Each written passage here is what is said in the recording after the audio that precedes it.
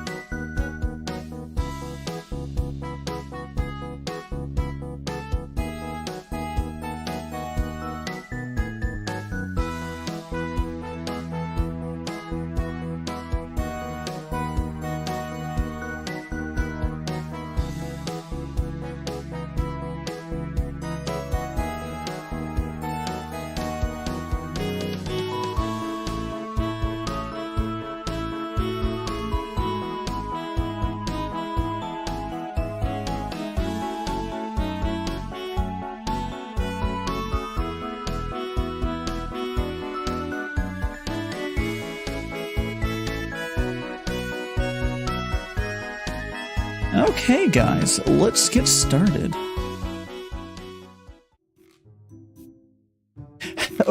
From myself. Hello everyone, I am Daishima, a magical boy. Today we're going to be talking about idols and food. Food and idols, they're the same thing, right? Probably. Anyways, I hope you guys are looking forward to today. And hello Chris. Just 2 more seconds to get this here. And I'm gonna quickly confirm if Riko is ready, and then we'll. Okay, looks like we're all ready. I'll just switch right on over then. Okay, here we go. And then, oh, wrong this one. Here we go. Today is Friday Gongfu Tea. Yes, today's idols is today's topic. You had your first date? Nice. Did you have some tasty food? Yeah, but why don't you go ahead and introduce yourself to everyone? Hi everybody, Yaho, Kumae Riko desu. I might look like a bear, but I'm not a bear, or maybe I am a bear, who knows, Vtuber. Hello. Hello everybody. Hello. Now, before we get started, what sort of content are you been doing? I think it's just gaming, right, mostly? Yeah, it's more like variety stuff, variety gaming, but yeah, pretty much that's it. Yeah, nice. And you would technically be my senior on YouTube. You started streaming like what, like 2-3 months ago? But yeah, you've been on YouTube. Yeah, 2 months, but started the account like in total 4 months. Yeah, nice. Hello, Jada. Hello. Yeah. Okay. Now, I should always do that. I should do the other one.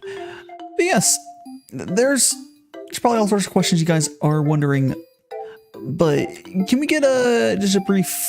How would you describe idols? Like for anyone who doesn't somehow know what idols are, do you have a very brief over? Like I would explain as they're just like how like the pop, like. Mm-hmm. I don't know how the proper put in words, but it's the same. Like America has a similar sort of thing, but Japanese and Korean idol culture is definitely distinctly different. I don't know if you have a good way of describing it. Okay, I think. Okay, if we're gonna be comparing from like Japanese idols compared to K-pop idols, I think the whole realm of that, it's similar, but the culture is way different. For Korean idols, usually the girls who debut are always in training mode, right? So they go in, train at a company, and then hopefully they'll eventually debut. Mostly in Japanese idols, traditionally it's just auditions, and then they don't necessarily look like a perfect celeb that comes out of it. They're just a diamond in the rough type of situation.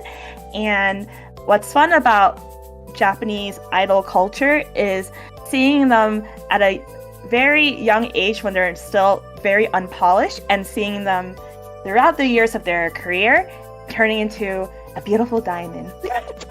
Does that make sense? I mean, that's sort of the same thing that some people go to VTubers for, honestly. Yeah, and that's why I think I really like about VTubing culture, because it kind of reminds me of my love for J-pop idols. So, yeah. And how you doing, hello, who is, I believe that's one of your mods, right? Yes, he is my mod, my one and only mod. Yes. Well, one and only still would make you one of. Yeah, but today I'm making some tea. As I do that, I'll start doing the rinse of the tea here. This is Gongfu Tea, where I do every Friday and Sunday. Oh, did I not? That's cold. Don't worry about that. I did cold. Don't worry about that. I did not turn my kettle on. First time on a YouTube stream, apparently for Squishy. Hello. Oh, Squishy? Oh, you made it. It's okay. YouTube's a little different. Oh, one thing I will remind everyone is make sure you go and make sure you switch the chat to live chat instead of top chat. It probably won't matter. At community my size, I don't think it actually matters. But like, I know it. I don't know how. Actually, do you know how that thing works? I know it filters out bots, but what else does it do? Like, how does the algorithm work? I have no idea. Okay, that's just. I have no idea. But yeah, I usually use live chat just to see everything. Like, yeah, and live will show everything. Very good trying to stay warm while camping. Nice. No, it doesn't work on YouTube. What is it? What do you mean doesn't work on YouTube? Just, I did not. I think it works on my phone. Does it not? I don't know. Does Twitch have their own like? No, it would just be Chrome. But like, okay. But it might not be the browser auto correct might not working in the YouTube chat. I think that sometimes happens in some text fields. Oh, how you doing, Bio? I'm on YouTube. Someone asked me if I'm on Twitch. No, I'm on YouTube, Bio. I'm on YouTube. It literally says on screen on TikTok that I'm on YouTube. Oh my gosh. Very interesting. But yeah. The live trial will show everyone's comments, top filters. But what is this sorted by? I don't know. I don't think it matters for my. I don't think it matters. Anything under probably like 100 average viewers probably doesn't make a difference, or maybe like 30. Where the chat's not active enough for the top chat to be doing anything. How do you find it? I think we started to talk about that. Let's define like like idols are like, I don't know, someone you wish you're like it's literally from the word idol, right? Idealized form of who we look up to, right? Yeah, something like that. Like you're I wouldn't say worshipping, but you're in awe of a person, kind of like a celebrity, you know? But instead, different people view idols differently. Some people think of them as their inspiration. Some people think of them as their muse of whatever they choose to be, you know? Yeah. That type of thing, you know? It's just that it's a more fancy word of celebrity, in my opinion. And as far as what Gongfu Tea is, essentially, it gives you pretty strong. You have to heat the water up. I did not heat the water first. I was like, that didn't work. So I'm heating the water. The kettle's all down. I forgot to turn it on, but But basically, it gives you really strong tea. I don't know if you might at least have you heard of Gongfu Tea before my stream? There's a higher possibility of you than like an average American. Like, I know about like tea culture. I know like tea. have you seen like the Chinese? Like yeah, it's just all those are generally in the Chinese tea ceremonies, which is called Gongfu Tea. What do you do, Squishy? How do you find? There's a big fat moth in your room. That moth could be a VTuber. You better be careful. I know a few moth VTubers. Oh yeah. Oh. Yeah. Squishy, yeah, be careful, Squishy. Oh. But yeah, yeah. Basically, the best way to describe it is like, yeah, you just look up the. But now it's food culture. I think does actually go in hand in hand on it a little bit. Never Gongfu Tea is just a Chinese tea ceremony, but you can do it really casually like I'm doing it, where what it comes down to, it's all about making really good tasting tea with just a tea, not adding anything to it. And you're supposed to be sharing that with people. Like I'm supposed to be, Riko should be like, I should be like handing you some tea and we should drink it together. But it doesn't really work because there's like an internet version of that where I'm drinking it, you see it, but you don't get to taste it. It's like an actual Gongfu Tea party or whatever. It's almost exactly the same. It's very social. But yeah, yeah, we're gonna go ahead and it's finally up to temperature. Let's go and do our actual rinse here. And we'll pour it over that fat cat. Yeah, Gongfu Tea is, I guess you could say it's a traditional Chinese classic. I can call it a classic way of making it. But it's very simple. Like, you legitimately, all you're doing is just pouring hot water over tea and taking it out. It's really, really simple. I'm guessing that the temperature for making tea is very, very important, right? Yeah, it tends to be. Let's go and pour it over the fat cat. Feed our petty pet. There we go. Oh, this is so cute. I love the whole idea of a tea pet. Yeah, so basically, I don't know why it doesn't work. It's okay. I'm glad. Yeah, I think Squishy missed a couple of tea streams because you've been busy, and I've been on YouTube, and it's your first time being on here. Yes. Let's go make our first real cup. Now, as far as like food, I believe you have a lot of experience in that side as well. So you have a lot of experience in the idol. I know. So from idol culture, you have it from just being a fan, and food, you have a more direct experience with it. Yeah. When I talk about like I have experience about food and stuff like that, let's just say that I was like born into a food family. My family owns a restaurant, and we also have a supermarket. So I'm like I've been born. Okay. Yeah. Okay.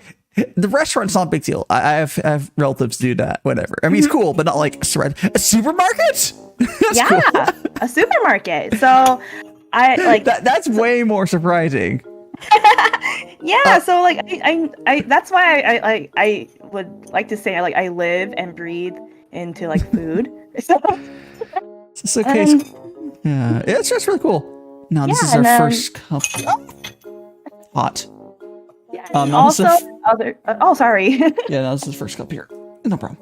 Oh. Look at you. You're just like fumbling right now, dude. Oh no. I didn't spill that much. That's fine. Yeah. Question. Yeah, but like I've been in like the food industry for a very long time, and so yeah, I've even went to like culinary school at one point too. Worked at a bakery, so like yeah, I'm pretty like I know what happens in the behind the scenes of food a lot. Yeah. Is biting? Bite the spider back. Oh.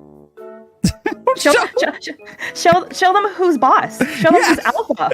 You know. You ain't no beta. That's a spider go.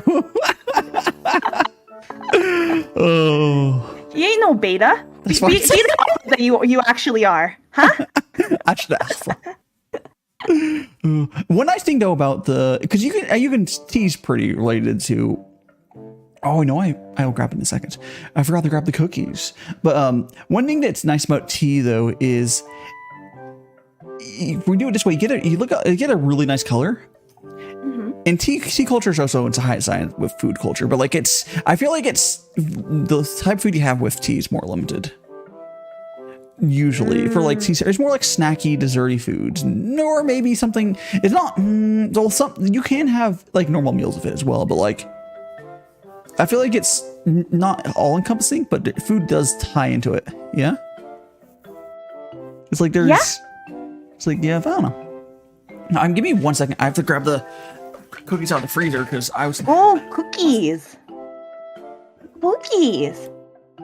Hello everybody. I guess I'm gonna be taking over his stream at the moment. Okay, I'm back. Yes. What's your favorite type of cookie you like to eat? For me, I got my cookies. Oh, these are the cookies that are oh no, they solidified. There we go. Here's a cookie. Now these are questionable cookies. These are the second batch I made, and they're a little half baked, which is better than the other one that was like dry. Oh, and for anyone asking, this is the tea we're drinking, Gui Fei Oolong. Oolong. Yeah. I like oolong cha. Chocolate chip, I would love to have some. The mayo cookies, yes. These are the mayo cookies, but they're frozen, so. Oh wait, did you pre-make these cookies yourself? These were for Wednesday when I made them on stream. ine. Okay, this is way better now. These were terrible when it was like fresh and they weren't frozen, but like. No, it's just not too bad now. These are the second batch where they're basically half baked and I froze them. Sometimes they were not nearly as good as they're supposed to be, but these I saved them by half baking the second batch and then freezing them. Well, I was gonna freeze them either way, but like now it tastes like a snappy peanut butter. It doesn't really taste like a cookie, but it tastes good. Wait, did you say it was a Meyer lemon cookie? No, mayo. Oh, mayo. So I used mayo instead of eggs because that's a weird ingredient. You can use it's hard because I didn't realize that mayo. I didn't realize that mayo like got rid of the. Mayo has a lot of. It absorbs water, so you can use it almost. You can almost swap it for eggs, but it absorbs water. I didn't know that. Yeah, because like, that makes sense because eggs are usually an emulsifier. But like you can use them. It absorbs moisture. Americans are not used to using mayo in cooking. I know a lot of cultures do it. A lot of cultures do it. We're not used to that. I'm adventurous enough to do it, but like, and it works fine. The issue was, it just. I didn't know because I didn't have experience with it, and all the recipes like, just use like I think like 2 or 3 tablespoons per an egg. I can't remember exact number it was. I followed that correctly. I needed a little bit of water. Maybe I could just add more butter, but more butter's always good. Yeah, I could just double the butter content, and that probably would be fine. Don't forget that the eggs have fat already in it. So... Yeah, but there's oil instead of like it ends up working fine. The only issue was because I used the only issue I could tell from it was that I just needed more moisture. I could have added a little bit more water because there wasn't any water in the recipe. It was just butter, so I could have just added some butter or added water or whatever. Probably would fine. It would have been even more greasier, to be honest. It wasn't greasy. It was dry. It wasn't greasy. Oh, okay. It was. It was so dry when I fully properly baked it. Yeah, maybe the water or the butter would have helped. Or maybe like there was butter, but milk would have helped too. But to be honest, milk that could have had milk. Like there's ways to make it work, but you can't just because I thought people just use mayo. You can't just swap it out with other adjustments. Like you can for other things. So the previous week I did these really good chocolate cookies where they don't need eggs, and it was just and I used Nesquik instead of cocoa powder. They end up tasting like chocolate sugar cookies. That was an easy swap for like Nesquik instead of cocoa powder, but like it's just like some things don't just clean swap like alternative. Like you can do margarine instead of butter. Like restaurants you probably know that they just use lots of butter. You guys want to know why it tastes good? It uses ludicrous amounts of butter. Yeah, it's just not just butter. Sometimes they use other Lard. fats like It's just lots of lard, fats. Crisco, stuff like that. It's lots of fats. Like people that's one of the reasons I think that if you can manage home cooking to be okay, it's probably healthier. Just because like home cooking just won't have as much of that. Because like you don't know to do that unless you know, and then it's the same. But if you just like can make it normally-ish, it's probably just healthier because of that. But yeah, of course that's not going to be universal. But you just don't normally use as much butters and fats as restaurants will do. But that's why it tastes different and better. Oh yeah. Yeah, very tasty indeed, but unhealthy. Yeah, but that's a given, you know. You just have like food in general can be very unhealthy, but it's just moderation, right? Oh yeah, yeah. It's about numbers. Yeah. I'm saying thing for a lot of things, but like, yeah. Don't just grab, I don't know, ice cream for breakfast, lunch, and dinner. All inspire me. Oh, delicious. Actually, you can use bugs. I mean, some cultures eat bugs as protein. I won't. I won't, but you can. I'm gonna pass on that, fam. Yeah, I'm definitely afraid of insects, but I'm not afraid of it. The problem is they're very crunchy because they have exoskeletons usually. Oh yeah. I had insects in the past, but like I don't know. I'm afraid. Don't ever like joke around with like cockroaches. I'm definitely afraid of cockroaches, spiders. Ugh, no, thank you. Reminds me of the cockroach VTuber. That's the first thing in mind. Yeah. If I met that cockroach VTuber, I think I would probably have a insect or cockroach repellent in my hand. Yeah. Now, as far as like for idols, do you more follow the Korean or the Japanese ones? Oh, for me, it's Japanese. When I was like in middle school, I was very into K-pop, but I stopped for a hot second, just because I don't know, I just didn't really have the interest of K-pop. So, my bias group, I've talked about this on my stream last week. So if you guys are really interested in like idol talk and you hear my relationship with idols and stuff like that, then you're in a relationship with idols? Dang. Yeah, like, no, not like that.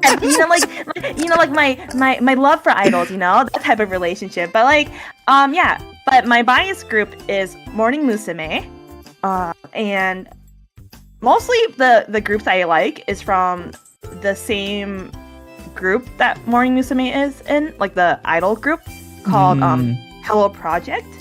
I think I've heard of them. Yeah. So, but in terms of like other groups outside of the Hello Project universe, I really like who do I like? I like Momo Ito Clover Z. I think they're a very fun group. I also like Baby Metal too. Yeah, I think Baby Metal's one of the ones that's definitely have like gotten outside Japan pretty well. But this is kind of like they're different. They're cool. They're so cool. Like they're so cool. I have a friend who's in. I haven't ever, because he's an internet friend, but I haven't ever asked him what his actual band's in. But he's in like in a metal band or something like that, and he knows about them. Like I think it'd be hilarious at some point and do like organize something where it's myself, Big Metal, and his band or whatever. Well, I've talked to a lot of my like metalhead friends about like how they feel about most of them love it. They're cool because metalheads are often cool. Yeah, and so like they're like, my god, they're like instrumentals are crazy, like their drummer and they're like everything else, and of course the singing too, and the concept's different, so it's very interesting to see them live. I've never seen them live yet, but the videos I've seen them live, it's so funny to see like all these like metalheads like headbanging to them, and I'm like, I want to go. It's that Gapmo in like the purest form. Yeah, totally Gapmo. Yeah. really, How about really you? is. Do you like any idols groups at all, or are you just like whatever? I don't really, honestly, I haven't really got into. I think I probably will eventually probably go into it as I learn more Japanese. But like, it's hard for me to care like too deeply without understanding the language. So well, if you watch Whole Life, then I mean, that's Whole pretty... Life. The Whole Life is closest. But I don't really watch Whole Life anymore. But yeah, Whole Life is definitely idol culture. For anyone who doesn't know, that's why Whole Life is different. They force their people to be. They force their girls. The dudes barely. They do not care what the dudes do. It's kind of hilarious, actually. Yeah. Especially knowing some of the Hall Stars that came into English over recently. It's like I can tell. They had like 2-3 weeks where their management get hair, and then like the managers left and they're like, okay, let's just do whatever you want. Yeah, that's like But the girls don't get to do that at all. That's why yeah. That's usually the pass, which is kind of, it's kind of like the very double standards and stuff like that. But I'm happy that like Tempest has, been in the game and actually changing things around. First. Yeah. Yeah. Yeah, I mean, part of that is... Like, I'm not going to say their past name, but it's not surprising that the people that moved over to All Stars are being able to finally do these collabs because of who they were. But they were already people that like, they would be able to do it. Yeah. Because I want to say, because we're finally getting these like indies have been indies for years. Like instead of like the people that are early gen, like first generation, EN. They're all those surprisingly they did get some experienced streamers and stuff like that, but they weren't. It's not as like veteran ish as like what we got with the new All Stars. So those people were better at networking and stuff and like just properly working around. Like this, they're able to. They got the people they got were basically just really good at just fixing the problems the whole life had. Because they had problem, they're like, okay, we're just gonna do these collabs. They're in the freaking. I don't care if your culture or whatever. Just like, yeah, I think that's like the how would I say it? The refreshing part about it, right? Yeah, because it's a lot of them. I think I could have had a better chance to be included if I would have been on YouTube, which a number of those guys were. But like. That's not here nor there. It's fine. But like, it's just basically seeing my peers are like, they'd be able to go and going out and doing it. It's really cool. Which you're too new to have known them. It's fine. Because I think All Stars EN debuted was that before or after you started? They debuted, I think. After me, actually. It was after. Okay. It's hard to keep track of dates. Yeah. I think they came after me. Okay. But it was like probably like maybe like 2-3 weeks in since I like so that's not too bad. Yeah, it's not too bad. I mean, it's not like one cool thing though is at least on YouTube there's some cross feeding, but like it's just cool. Yeah, it's cool to see things going well for people. Yeah, one thing I've have noticed about like coming into this community and stuff is that like I feel like people know each other in some sort of way. Oh yeah, it's a small community. Yeah, and I didn't realize how small it is. I was like, huh? No way. It's actually bigger and smaller. Okay, it depends where you go. Here's the thing: it's not actually small. You just haven't broken out your bubble yet. I'm really good at. I'm one of the few that's actually pretty good about breaking out network bubbles and finding more people. I haven't done as much lately, but it's actually not. It's big and small. But the Vtuber bubble, I think you're in. I don't actually know. I don't know the YouTube side, but it's probably gonna be mostly enclosed by. I think you're still on the. I think you're on the YouTube version of what mine was at, because I still see you, because you're like on the TikTok sort of circle. They're all, but there's. But if you go over to like, if you ever work with companies like, if you ever work with like Genshin Impact, whatever, you can see how many VTubers are, and it's a lot. Who are these people? But in your circle, yeah, it is actually it's a lot of spawns, basically streaming to absolutely no one. But if you want to limit to people that have even like 200, 300 subscribers or followers, it is actually a pretty small community. Ah, I see. There's a lot of people who've tried, and yeah. How are you doing, Jada? Yes, you're here. Yeah. Interesting. YouTube's interesting, but like there's a. Yeah, you can still definitely get, like, we're early days, so you still have all that idol. You still have, a lot of people watch VTubers for, like, you talk about the idol side of stuff, like, oh, you want to see them, grow and otherwise. Yeah, it's a bit around.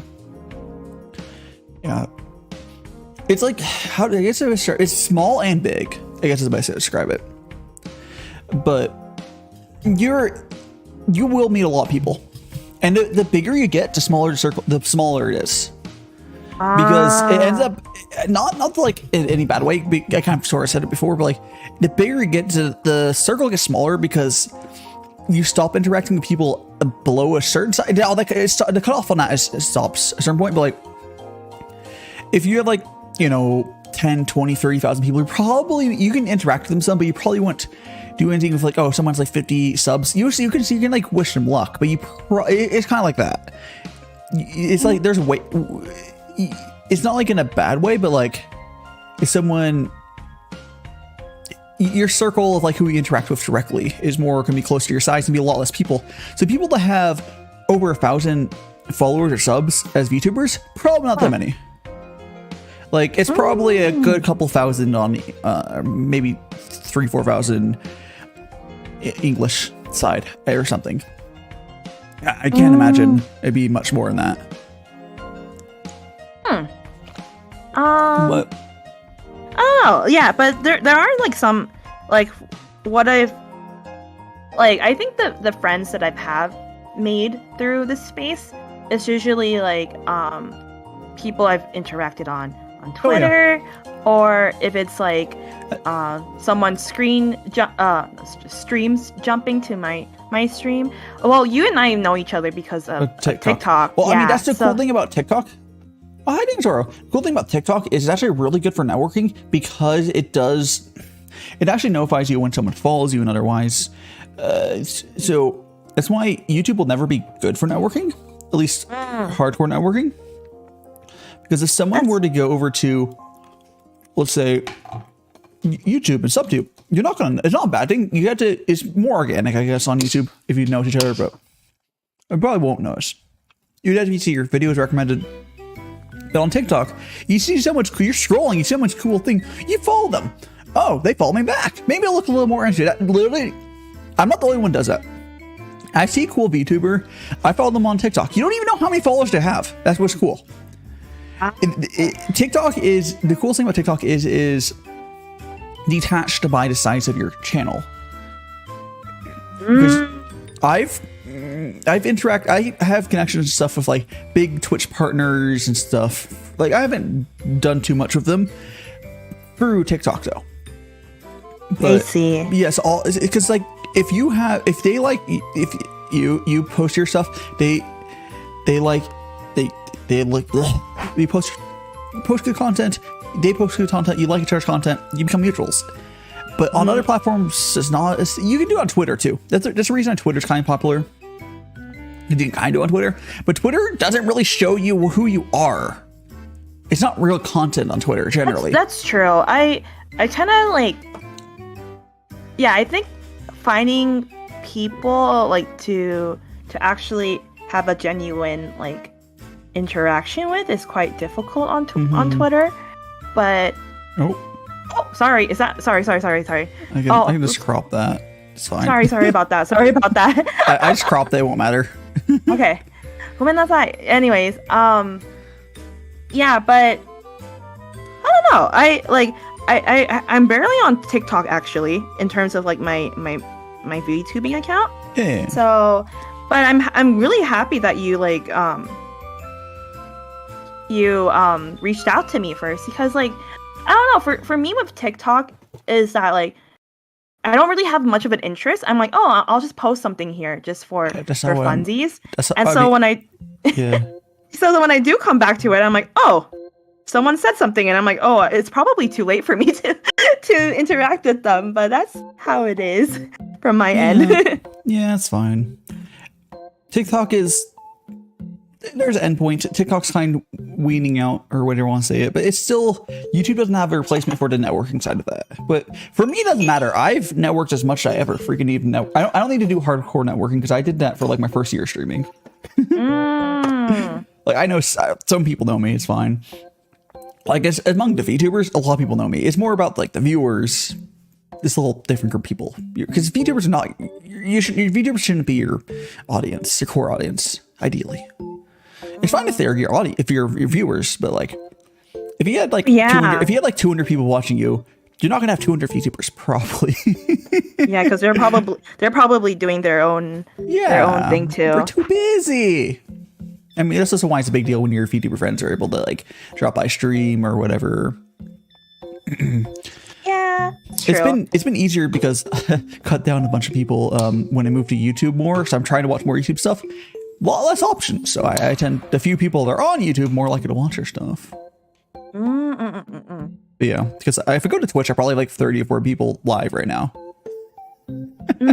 Question. Yeah. I see you do a lot of baking stuff. Yes. And most of the baking that I've seen, I could be wrong, has been cookies. Okay, but so like I don't actually make... I barely make... I mostly make bread, which is interesting enough. Oh, you know, another fellow bread maker. So if in my clam voice... Oh, Zora, what do you mean idols aren't food? Are you sure? Oh. That's a question today. Are idols food? Are you sure? Okay, I'm pretty sure idols are food. What do you mean? They have protein. Are they? So if you go to the clam voice, there is I could DM it to you instead, but like there is a picture of the dough I made. I'm testing out a dough recipe for... I want to make bread on stream. The only thing is making bread on stream. It's going to be... I'll have to ask you how you do bread normally, but this is like a 3 or 4 ingredient bread, and it's a no-knead bread. It's no-knead bread. Are you doing a sourdough? No. Oh, okay. I'll double check it's like what it's. I think it's literally yeast, water, flour, and salt. Yeah, 4. That sounds like a cracker. What, right? You don't need that much to make a bread. You don't. It's I think the salt is literally just for flavor. I can't remember if there's other reason for it. But yeah, it's for flavor, and also is to help up with the gluten formation of it. But yeah. I know. You can also add sugar. I'm doing a very simple. For this week, I'm going to be doing. I'm getting a picture of the dough up for you guys, but I'm practicing out this recipe because so this last Wednesday that the peanut butter cookies didn't really work because I didn't practice it because I don't have much experience with cookies. I also weird recipes too. Mayo cookies, but I'm actually practicing this bread, so we'll see how that. So I can properly make it. Other thing is, this is a 18 to 24 hour rise on the counter. It's a long proof. It really sounds like you're doing a mild form of sourdough, actually. It's probably related to it, but it sounds like you're doing wait, can you show me the recipe?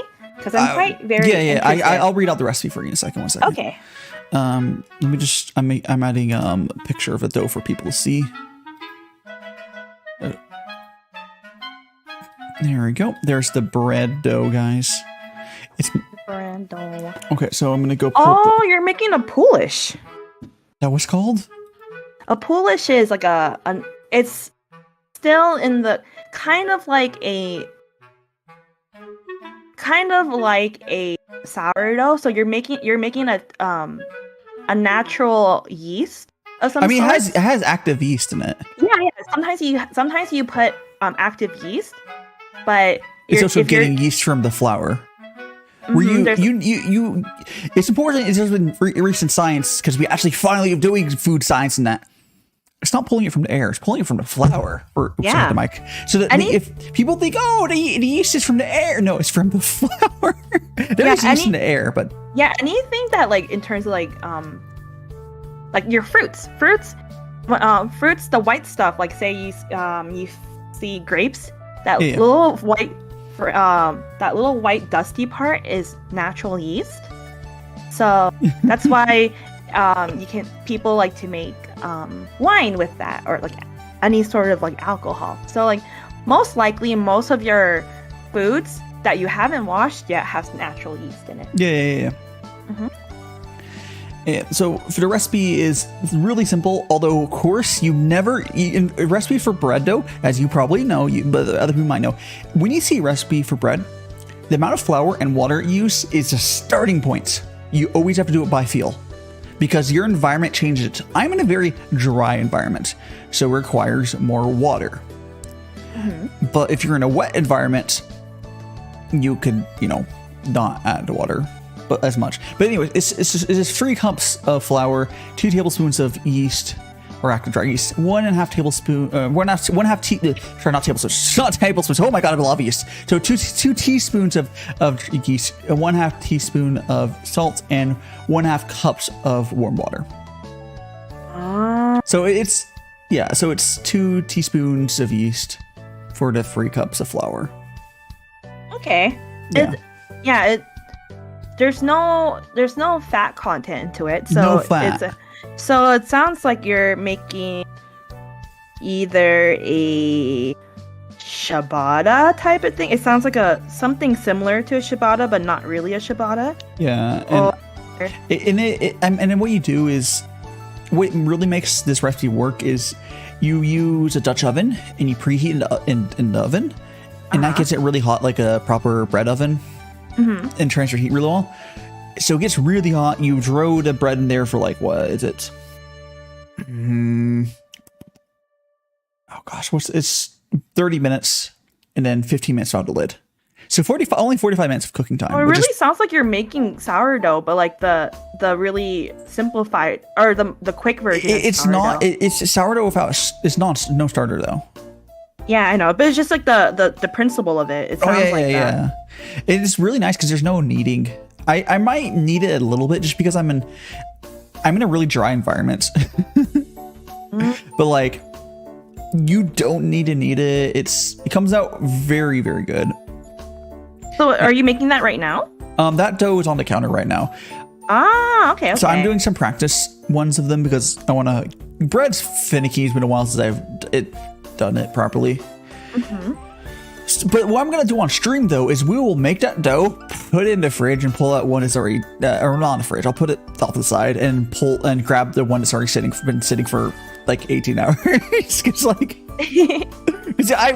that's the problem with cooking for me sometimes. Is like we're not gonna wait 18 hours for the proof. I can do a faster proof, but like.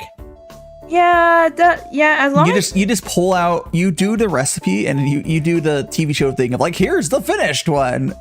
Yeah. Well, when you put it in the fridge, it's still proofing, but proofing very slowly. Okay, so you can also. I had this similar recipe, although I used some oils for my bread, though, where I proofed for like 2 to 3 days minimum, and it keeps proofing. It's like really long proof times. Sounds like a very sour dough. It's really good. It's really, really, really good for. It adds sugar as well, but like. Like, what was the taste like though? Did it just taste like regular bread? Because it sounds like you're fermenting. It's almost fermented, yeah. It has a lot more flavor. It's really good for the pizza. That's pizza dough, but yeah. I got it. Yeah, because for like when I was in culinary school, right? Yeah. Even with like, say you're not using a starter for things, but you're still fermenting it. It's still the principle of it is still kind of like a sourdough because you're doing the slow fermentation of things. But yeah. Oh, that's fun. That's fun. Yeah, or, like I tried to tell people I'm more of a, which is not, it's probably more relatable for people, but it's like kind of sort of like Anna Magricia, or he's way more experienced than I am, but like I'm a home chef. I have this, if you cook all your own meals, you pick stuff up.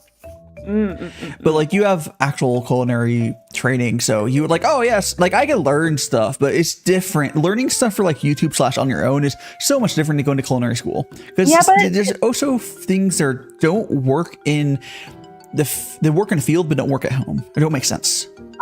Yeah, I feel like, okay, so now that I've been in like pastry school and stuff like that, but I could see what you're saying.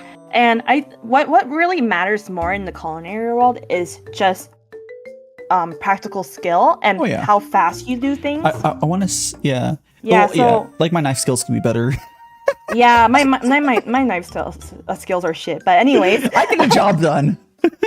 Yeah, they're shit. But but one thing for certain is that if you want to go into the culinary field as a savory chef, this is my opinion, and I think a lot of people will agree as well, is that you don't really need to go to culinary school, because savory, you can just feel for things. It's easy to, you can just say it's a scam like art school.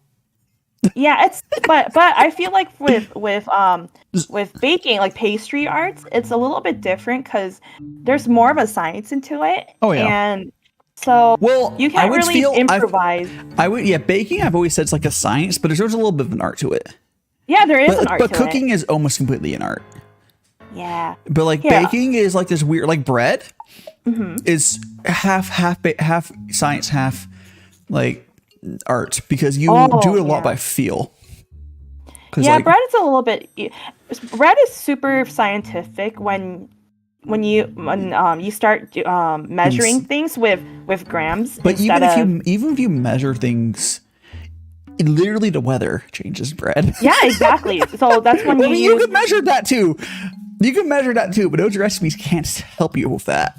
So it turns into more of a art. Well, when you use math into it, it's quite easy, because like if you have a thermometer with I'm talking about the humidity sensor, and stuff like that. But like those recipe books are like, if for this much humidity, add this much water. Here, I'll show you my stuff, and stuff in the past. But this is. Did you? Oh, I think it's sending right now. Yeah, it's sending right now. I have one which is my apple tart that I did. And then the other one is my sourdough that I've done in the past. But yeah, that's my sourdough. Let me go open it up. Hopefully you... Don't tell me you put that in the... Did you put that in the shitty video chat? No. I put it in the... I think I put it in the... our private chat, didn't we? DM? Oh, you DM me. That's fine. That's valid. That's fine. Yeah. But you know Discord's weird thing where like, the voice chats have its own weird secondary chat. It's like, I hate that thing. And I can't really properly access it when I'm... Anyways. Yeah. Are those ones you made yourself? Nice. Yeah. I was like in a very like... I was like very into making sourdough at one point, which I haven't perfected just yet. It's so hard to make good sourdough. I feel like. Oh yeah. Yeah. How are you doing, Hi, Gur. Thank you for coming. He's my subscriber. But, yeah, I enjoy bread. Bread is one of the things that you work so hard for, and then usually the product is to your fruition from all the hard work you go through. Yeah, but as a baker myself, I hate baking cakes. I don't like should we tell people the real truth of a lot of cakes in the culinary world or businesses? Oh, go on. A lot of people use freaking box cakes. Just do it, people. It's fine. Yeah, but like because box cakes are actually so perfectly like scienced to do what they do that a lot of like businesses like proper cake shops use them. Well, I was at a very fancy bakery at one point, so they had nothing box in terms of like like the cake Idols. itself. Yeah, you heard Idols. We're on YouTube, so I'm sure you want to hunt over there. But yeah, every so often I see people talking on TikTok, like, oh, let's eat Idols. Just kidding. yeah. So these are two pies, or is it left one? Is the other one? Are they both pies? No. So the left is bread. my sourdough bread. And the right one is my apple tart. Yeah, so, obviously apple. Yeah, but the thing I was very like surprised with, like, even being at a fancy bakery and stuff like that, there are some shortcuts that they do to make production times faster. But I'm like, you to it too is like sometimes they use like I wouldn't say instant, but it's practically instant, is like pastry cream, or instead of using like fresh fruit to make, let's say, mousses and stuff like that, it's usually frozen fruit that is used. And I'm like, for a very expensive bakery that's well known for around the world, and you guys use frozen things. So it was like stuff like that I was like very shocked at the time. Mm-hmm. But yeah, and also like what's other things that I've noticed? Oh, and then also bakers are way more anal compared to like savory chefs too. They're the true definition of type A, which is like they're very strict, and it was like it just really drives me crazy. Yeah, I'm a very chill. I like how, at least I feel like breads. Someone who just does a bunch of breads be a lot more chill, because like it's you work with what you got. Yeah, but like pastries are in there's so much science in it, because you have to. Some of those things are super finicky. Like, oh gosh, I'm blanking on the name of the what's the is it dessert where it falls? Blanking on it. Souffle. It's like a pain to make. No, it's quite easy if you get the hang of it. But it's just like but like I think a lot of people misunderstand about bakeries. It's like usually bakeries are a place, like people just think like, oh yeah, they probably make it in the morning, or like in the morning, and then you'll get it like when it's open type of thing. But that wouldn't be bakeries fresh. Bakeries are like a 24-hour business thing. There's like a huge team that goes to it. There's people who are working at like from 11 at night, and then they finish at 3 in the morning. Some people come in at 3 in the morning, and then they finish at 10. Like, it's just like a constant of like different shifts and stuff like that. Mm-hmm. But yeah, but as an ex pastry cook, I don't want to go back. It was quite scarring. It was a little too much. You want something a little chiller? A little. Well, the workplace I was at, they were very sabotagey with that stuff. Like, if they don't like, I'll see you later, Zoro. But yeah.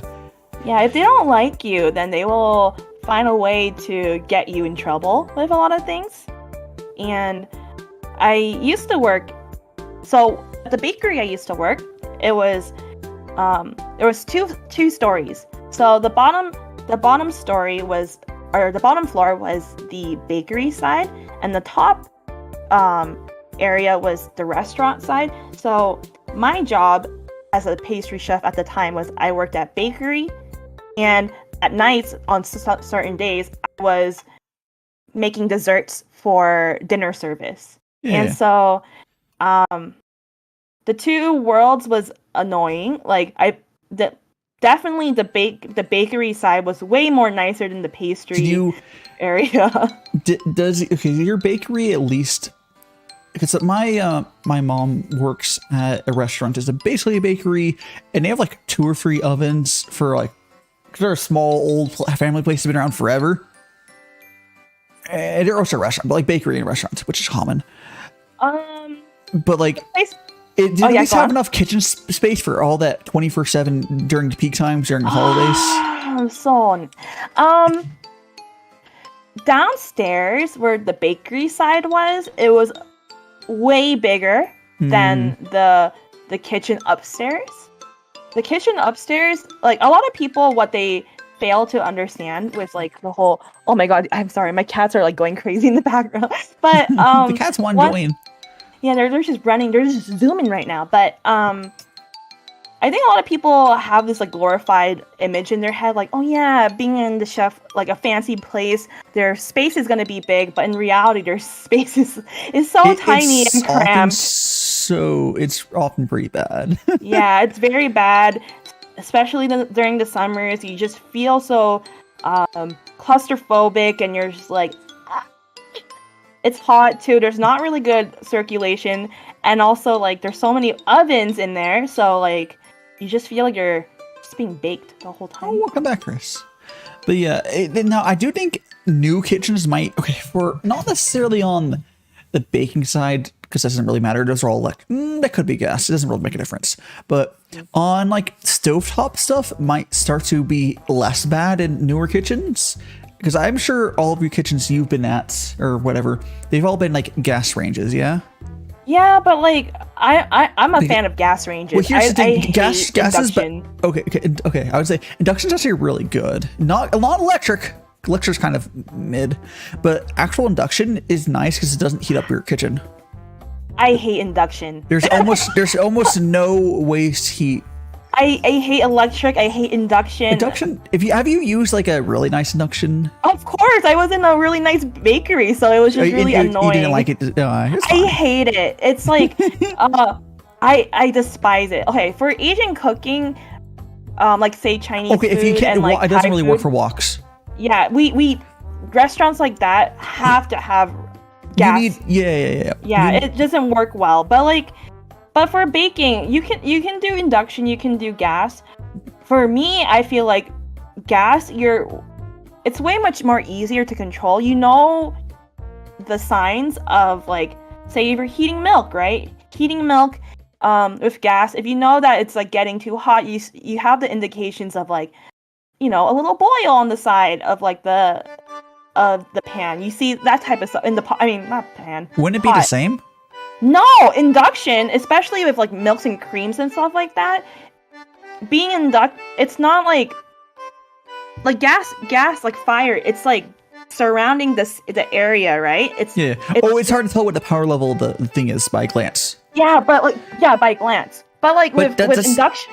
But like with inductions, right? Like for my experience, it's like one moment you're not looking at it because you have other things to do. Suddenly the cream just like shots up like I feel like I'm it sounds like it sounds like your main issue is possible to fix. Now they haven't done it yet. I haven't seen anyone fix this.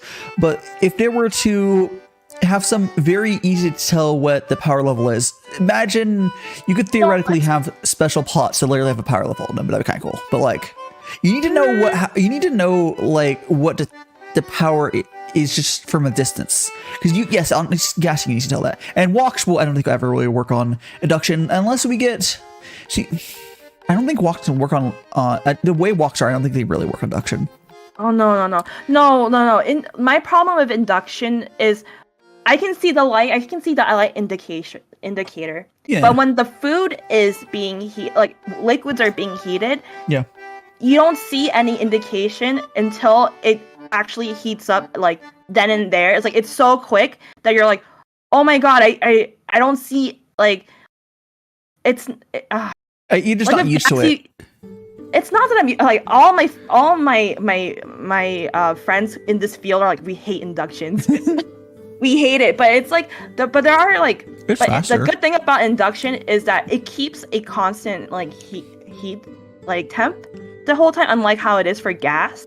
It is very efficient and very accurate, which is what you're not necessarily used to. Yeah, but I hate it. And very fast. It's so fast. It's actually the only thing that gets close to, yes, it's tea time, potato. We're talking about food and idols. Same thing, likely. But one thing I thought was interesting is like, is the only way to get close to an electric kettle is induction, because your electric kettles are so efficient. Because like gas kettles suck.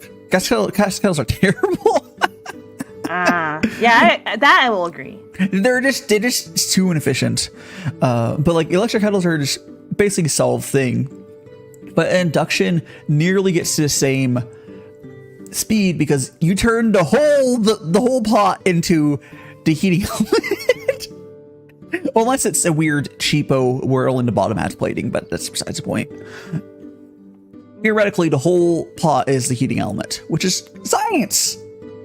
It's very sciencey.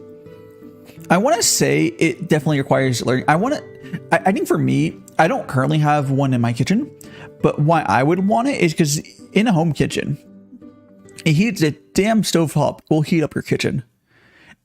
I know just because people don't have, it really does not heat up induction doesn't heat up your kitchen because you don't have all that waste heat. That's true. Which honestly, I want to say if you've seen those small kitchens like family restaurants, there's like the one chef is like 3 cooktops, whatever. I want to say for that guy, he might be happier with induction just because he wouldn't be dying in overheat. Yeah, but I feel like for like Chinese restaurants, or for Chinese, I don't think it would necessarily. Certain cuisines it just won't work. It wouldn't work at all because like the whole idea of a wok is to season the pan, right? Yeah, and it's like high heat, caramelizes the food very easily. You could do induction in a wok, but you would have to event or change how induction works for the field to be larger. It's not impossible. We could theoretically make special woks and special induction plates where the range is larger. There's probably engineering solution to this. We don't have technology. Technology isn't quite there. But like induction how it is now does not work for woks. But yeah, it is what it is. Yeah. Right? I mean, I don't even have gas software here. So I don't have the option, but I don't use woks personally. What about you? Like what, like, for like in terms of like, I know that we talked about how you really like doing like breads and stuff like that, but is there like majority of the cooking I do is quite honestly a bunch of sauces because they're easy. So I'll make like tomato sauce with whatever meat I have, or I can do curries as well. But curries and tomato sauces are not too different. They're few steps from each other. It's almost by spices you have, honestly. I see. But like, yeah, I do a lot of sauces because they're easy. You just make a bunch and you eat that with whatever breads or noodles you have, or potatoes, what have you. Because I live alone, I cook my own food. I can make a big pot of food, and we're good. We're good. Yeah. The electric kettles are good. Actually. You know the fun thing is, I remember seeing someone test it. I believe microwaving water is faster than a stovetop kettle. I don't believe so. Yeah, sometimes stovetop kettles are just so inefficient. Okay, unless you have one of those industrial, like you want to use your woks. I think wok stovetops might get close, but that's so much wasted power. I know, man. The high BTU ones, you could probably get it. If you put enough power at it, sure, maybe. But like, so much power. That's so much gas. Yeah. Well, I think that like, okay. Yeah. As much as like I love the world, I love conserving energy and stuff like that. But I feel like, the only thing that would work for like induction and stuff like that is just houses at the moment, because there's a lot of things you can do induction for a lot of things that, like, I don't like the industrial cooktops. There's no reason that can't be. I don't know. Honestly, this could even just be electric. But like, because those are just a plain sheet of metal. I don't even think I'm sure a lot of them are gas powered. I don't think the gas ever reaches those to make a difference. Because there's certain things that could convert over, but it's complicated as things are. because I'm trying to on those, you know, there's big industrial things like, you know, standard, you know, flippy patties sort of thing. I don't know what to use to heat those. It has to be gas normally because everyone uses gas for cooking stuff. But like, I don't know. I just don't feel like for something it doesn't matter as much. And in walks, you need gas. What about like in terms of like, I know that I've talked about idols, but for you, I know that you said that you don't really follow like Japanese idols because of just language stuff, but is there like any other that you've known in the past that like you're like, oh, I like their music and stuff like that? So I don't actually listen to much music. Oh. So like that's also what kind of makes me not care as much about idols, because it's like a big part of it.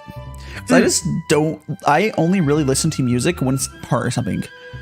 So like in a game or what have you, I listen to music combined with something, or I've started to put some playlists if I just need to get work done. But like I usually, for us, it's going to be like a background. I use like, if it's going to be like background music, whatever, study music.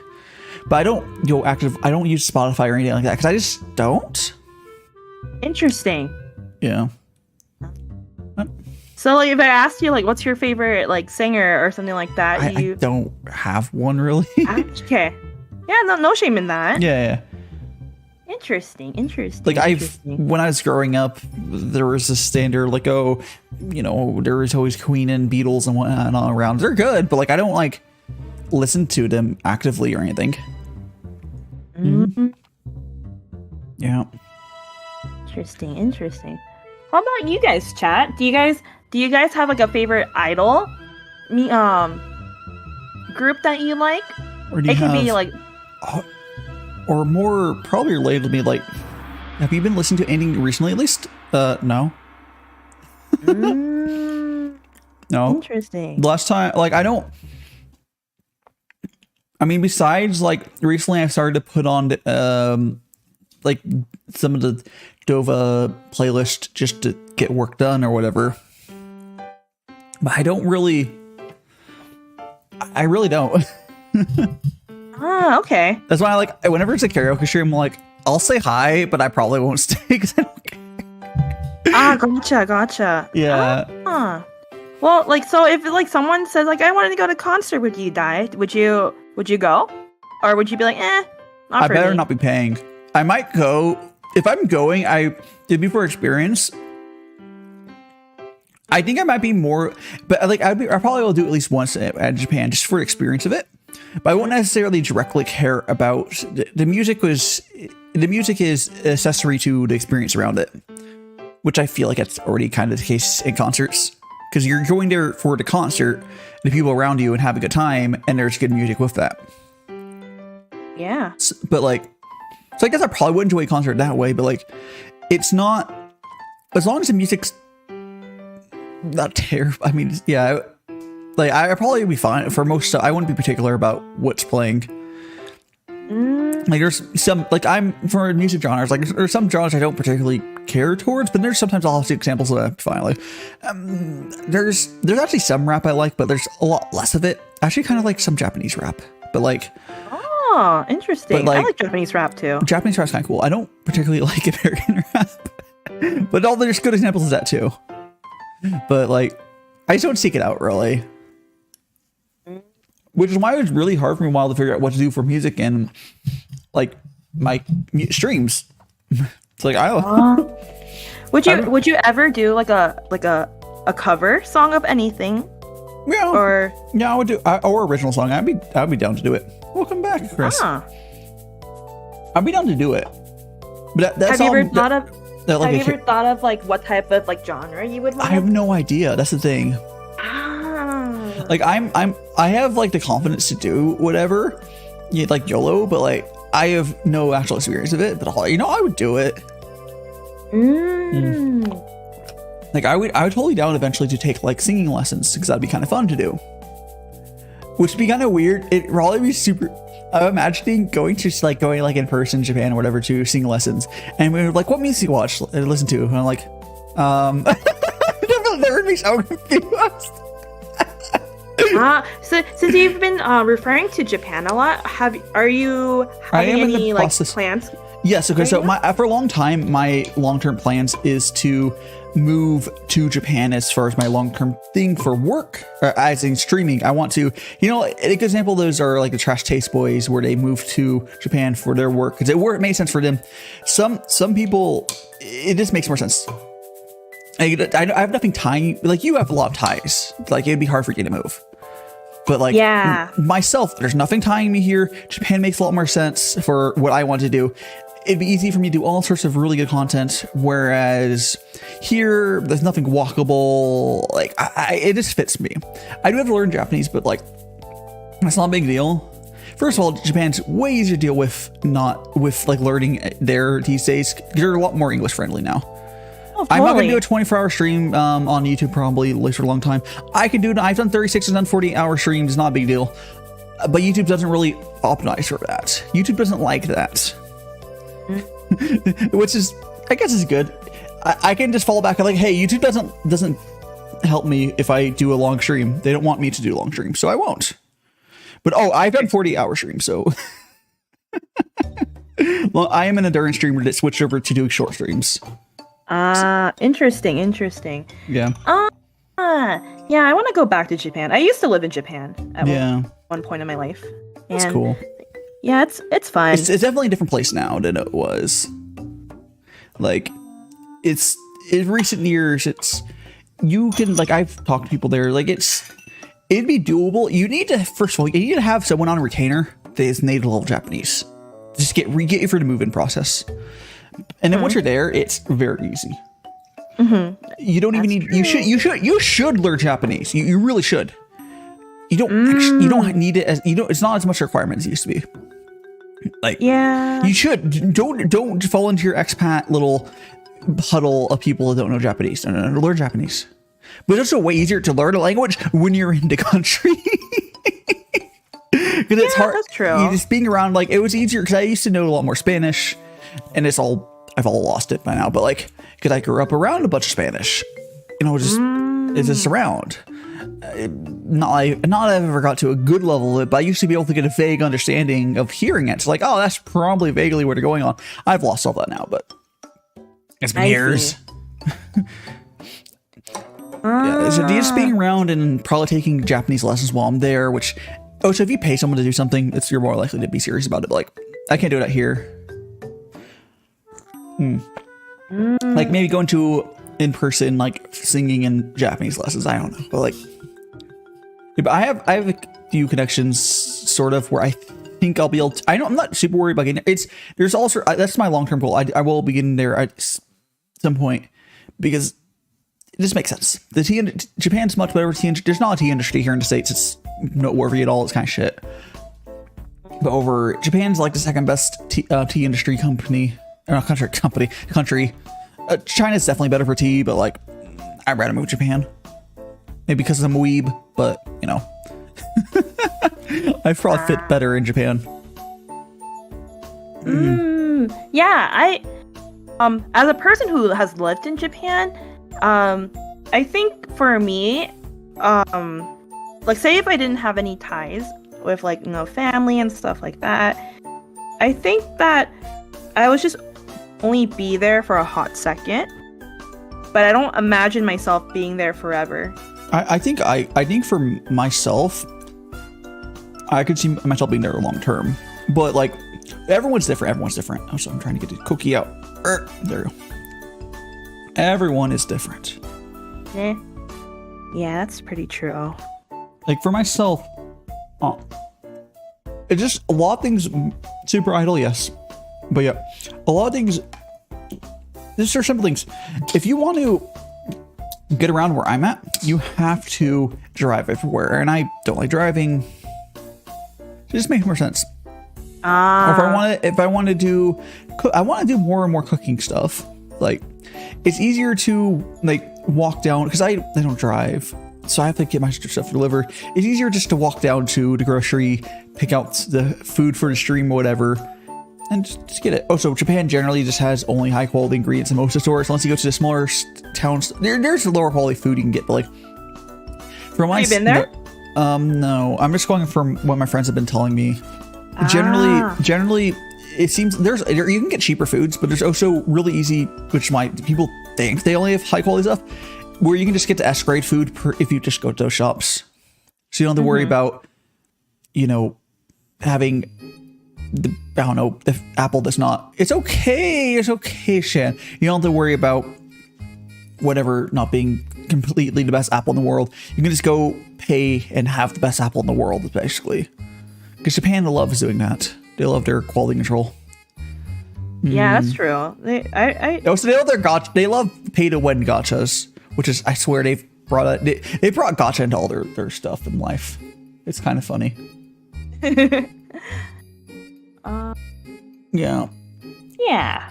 I want to do also even for stuff like food. I can do stuff like you can go to all the ramen places or whatever, do their spicy challenges.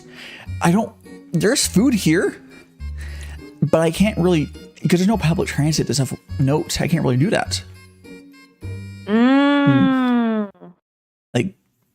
Sure, I can Uber, but it's just, yeah.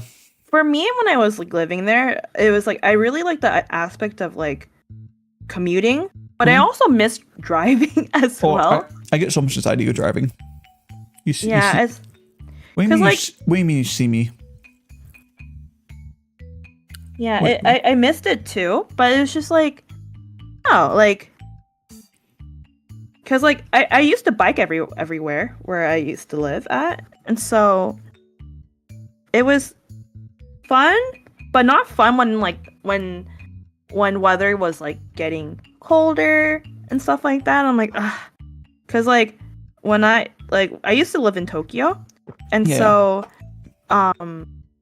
the weather just gets a little bit more. They have actual weather. Yeah. If for anyone, because I grew up in California and moved, but California does not get weather. It's just similar the whole year long. They have winter and summer. They have all the seasons. But I'm fine with that. That's just kind of cool, actually having seasons. But yeah, I've also noticed looking at the prices of rent stuff. It's not as did you probably know about key money, all that stuff. It's gone less bad. Mm-hmm. That's gotten less bad. It's not that expensive, honestly, anymore. Unless you really want to live in the most expensive places in Japan, but you don't have to. They have things called trains. They have actual public transit. It's so I could just go down. My dream would be to basically,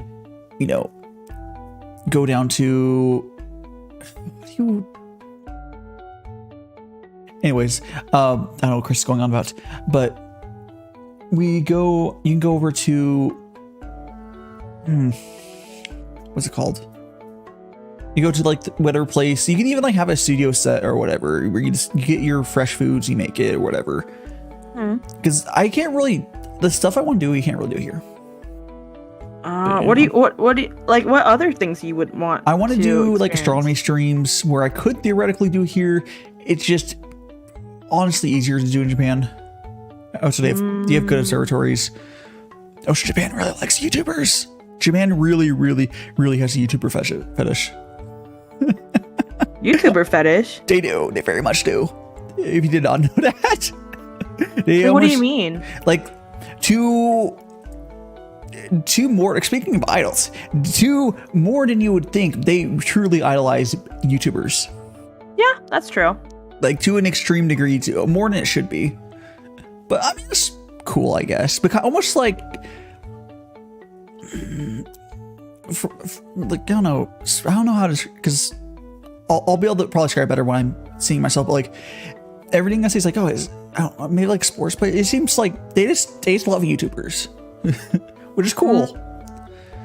So if you told someone in a lot of places oh, I do YouTube, they're that's cool. You go to Japan, oh my gosh. Especially if you're actually making a living off there. If you told someone oh, I do what, it's just, they think it's interesting, so you get their egregious stuff.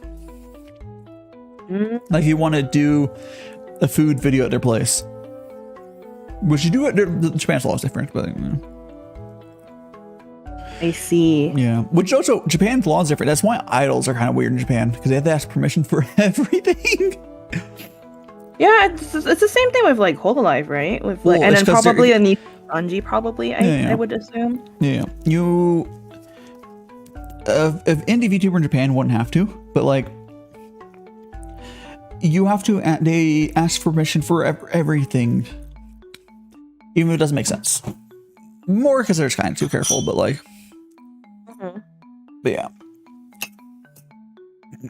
But I don't. If you're just making food, like if you're like for myself, I do less and less Gumi content, so it wouldn't even matter. But like,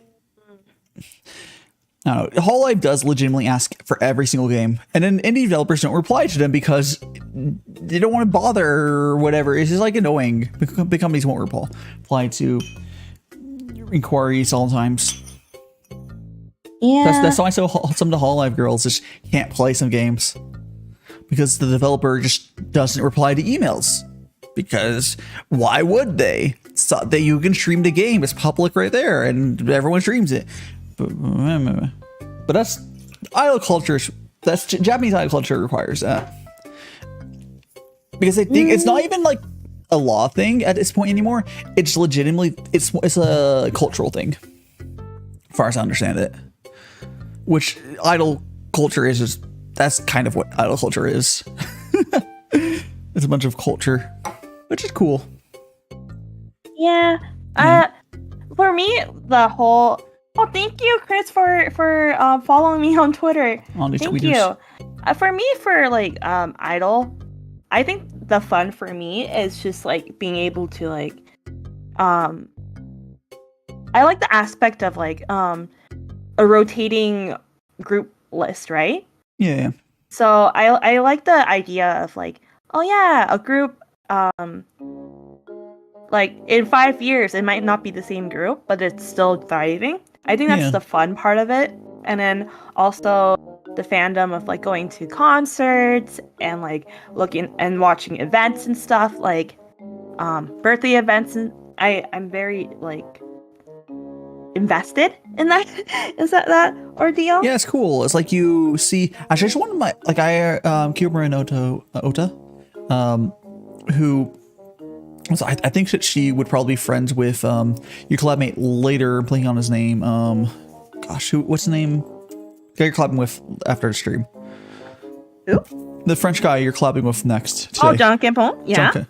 Yeah, they're both Canadians. They're in Japan.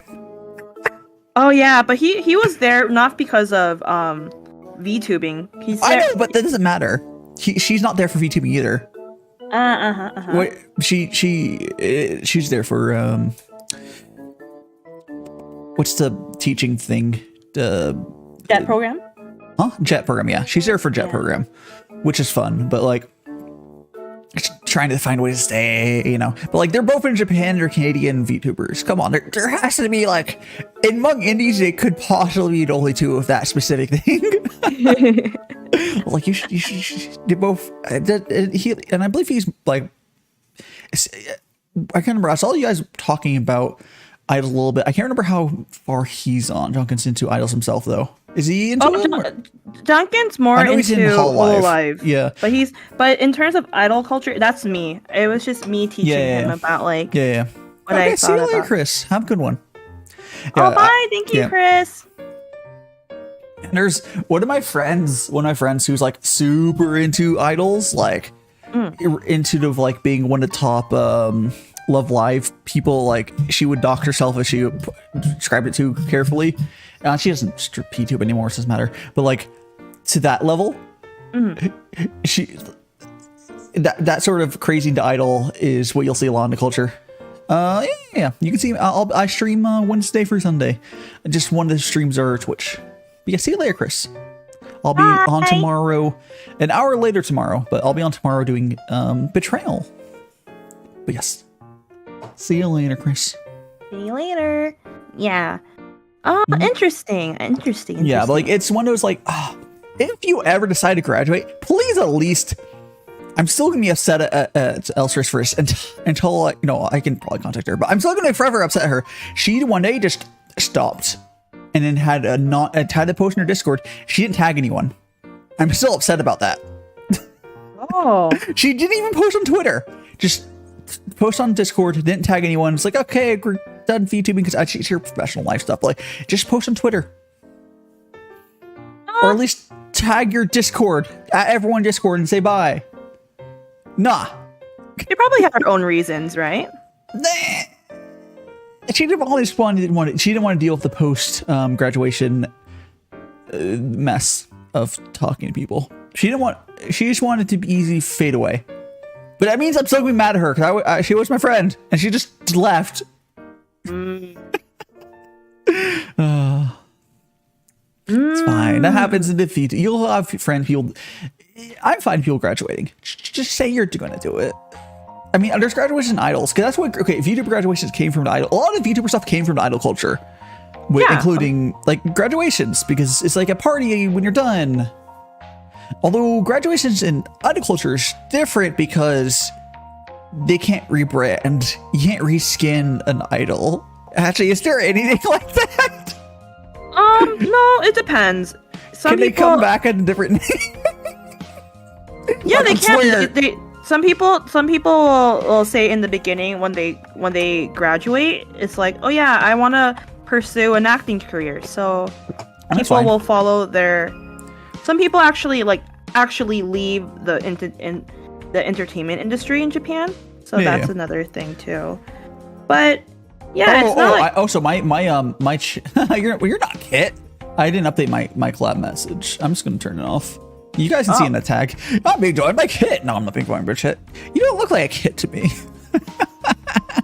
Your friend? Yeah. I'm just gonna. I just turned that bot message off. It's in the pin message.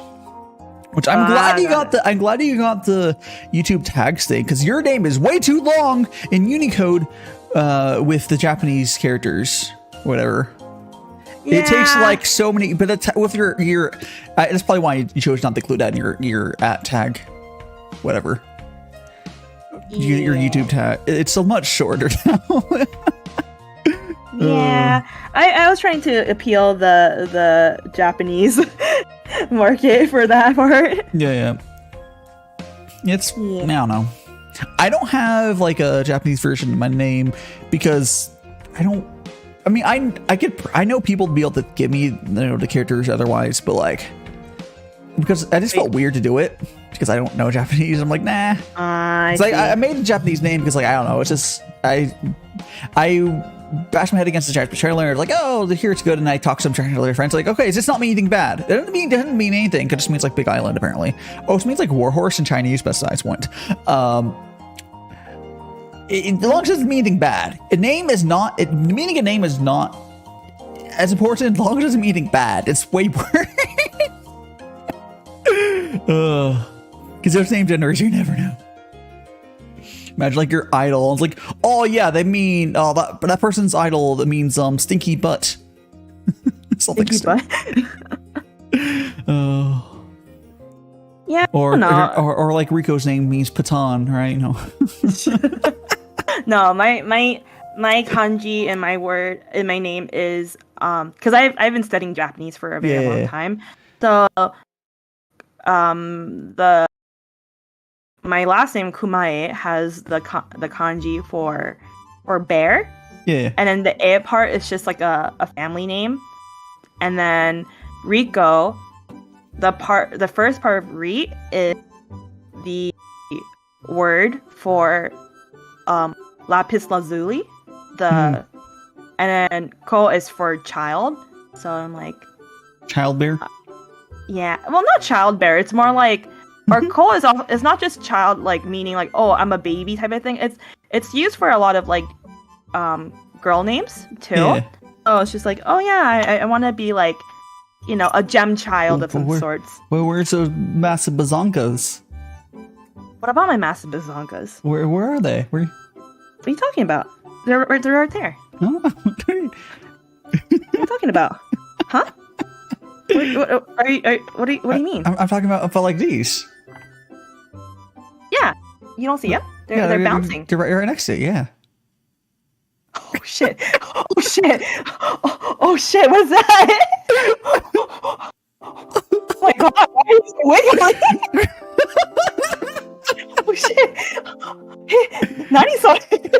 Can you help me with my wand? I really suck.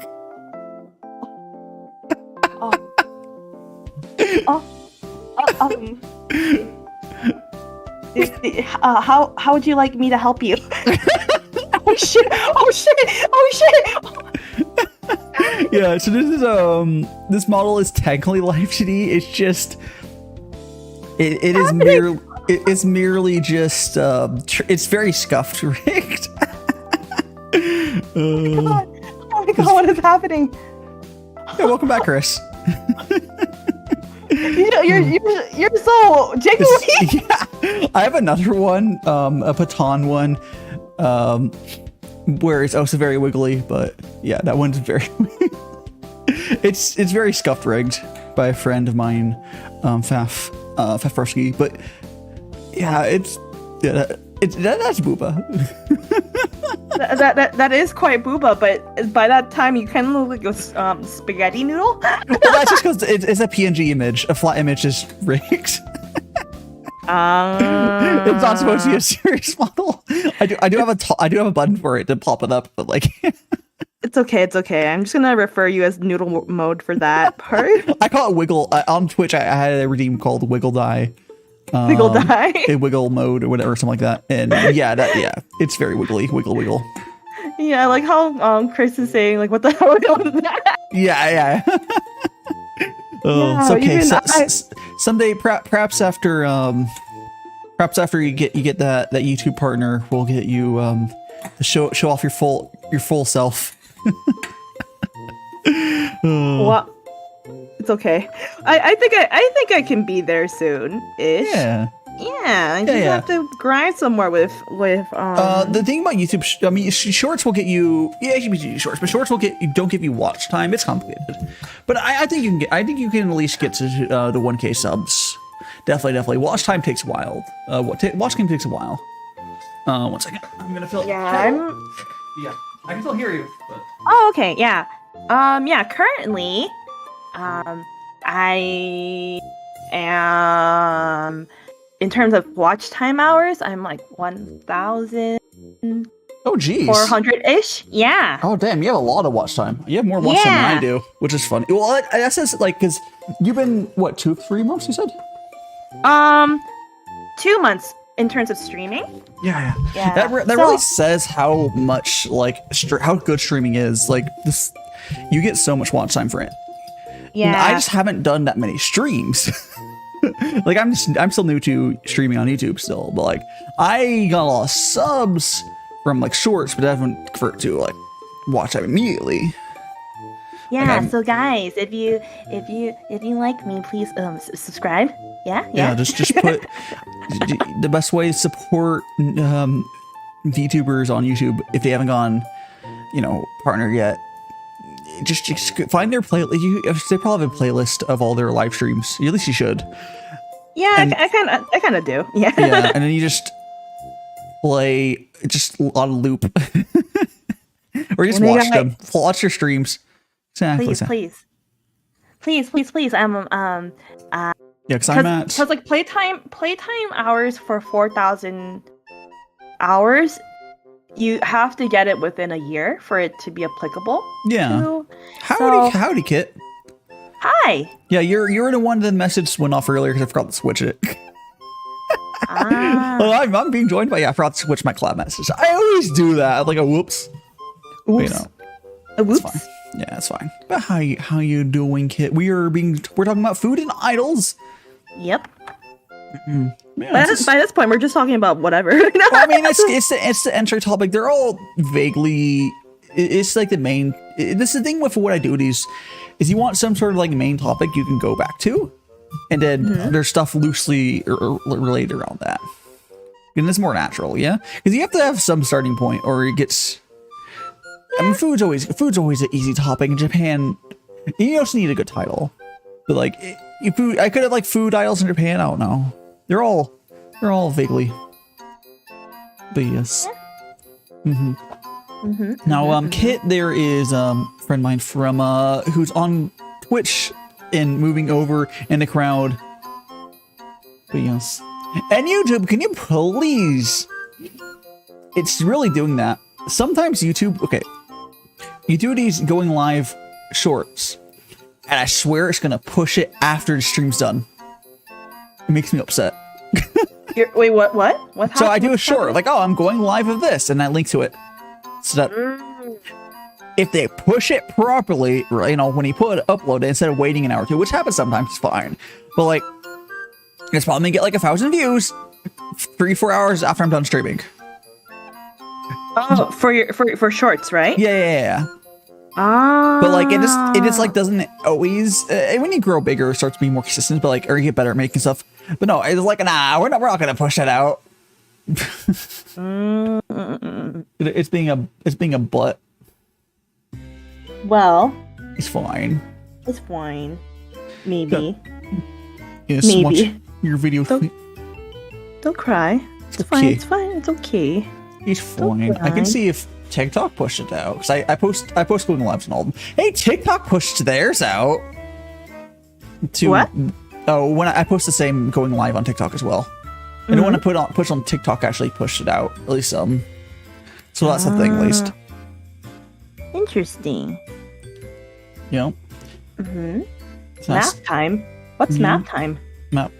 Why math? I don't know. Go fund your schoolwork, Chris. It's okay. Yeah. Yeah. But what do you miss about Twitch though? There's like the integration of things, like plugins. The network, then being able, the community is more integrated. It links each other a lot more easier. The rate systems, it feels not, even though it doesn't actually help you as much as you think. It being able to easily find new people on Twitch, being able the chat, the community. It's easier to get people because people rate into. It's easier to have people to get like whatever amount of average viewers because someone can just rate into you. But a problem, there's multiple issues. Oh, so for one, sometimes his viewers are technically dead viewers because they might just fallen asleep at one point and just being dragged along a bunch of streams. And two, lurking, although lurking is completely fine. Lurking on YouTube seems less common in that most lurkers are just watch it after it's done being live. I don't know, Chris, we're not helping for math. I don't want to do math. I wasn't told there'd be math. No math. I failed math back in the day, so no thank you. Just put in a calculator. That's what those are for. I'm not a calculator. I'm a magical boy. Wait, you might know. I mean, you can just use Wolfram Alpha. Honestly, Wolfram Alpha, good site. But literally, so these are the cookies. They're literally, these are like eating like. I half baked these cookies, but they're actually good now. They were not good when they're fresh. They need to be frozen. They need to be. They have to be. Well, they were just fully baked or too dry. Half baked are good, but need to be frozen because it's more solid enough until they froze and cooled down a bunch. So neat. A giant. I mean, yeah, I can transform. Yeah, I have the powers. Oh, I want to see this. I can get a little bigger. Huh? Should I should we see? Oh. You look like a Funko Pop. More like an android.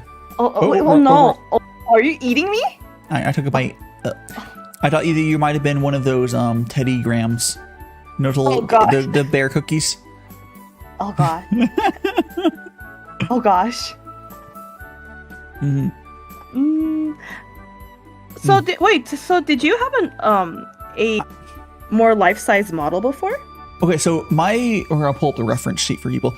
This live 2D is like half done, but my artist has had health issues, so it's like usable-ish. But I'm just waiting until she's done. We'll finish it out. But this is my like 2 years ago. I mentioned this. They got the ref sheet. She just had health issues, and it happens. I know. And so eventually I had a full model, like 3D model that was custom commissioned. Just kind of expensive. I don't use it anymore because Chibi's way better. But yeah. It's just Interesting. yeah. So I have that. I eventually will have the full size one, not chibi. But the chibi is pretty good. It's actually the rating on is honestly about what better than what some people debut with. I'm completely honest. Chibi is not normally rigged as well. It's a really high effort model. Chibi. It's normally like chibis you see there's like really like not like a bad way, but like chibis are normally low effort because chibi. And then that's just kind of style. This is more like you took a full effort model and shrunk it down. Because like it has, I have so many toggles. I can like take my hat off. I have toggles on my hooge. I have like the question mark, a heart. I have my Neko mode. I have a bunch of face. I have like I have more toggles than some people have. Like for like 2.0 sometimes, or it's closer to like I don't know. But yes, it's a very good chibi model. I do have another one to eventually be done, but yes. Interesting. YouTube does make it a little harder to use with my model fully because I can't have people just redeem stuff. But like, that's one thing I do miss. But I don't want YouTube to do it the same way. I want YouTube to give us. There's this thing called stream loots on Twitch where people don't use it unless you're like Twitch partner sites who are larger. So let's say like average like 100 viewers. So I never really bothered using for my streams. But what you do is people could buy the Twitch subs through their thing, and then you get these gacha packs that have different redeems in them. Kind of like paid redeems instead of the points. And then they can use those cards to do whatever. Maybe like, oh, remove your, maybe someone wants to remove the hair, or whatever. And they go, oh, there's the hair. But instead of having it, instead of having the thing be for points, it's for paid stuff, which is probably better. But on Twitch, it's not used as much because you have the points. It just doesn't make sense on Twitch because they already have the points. But on YouTube, I think I could see YouTube going and accepting something like that. Because it would actually, a paid redeem system would make sense on YouTube.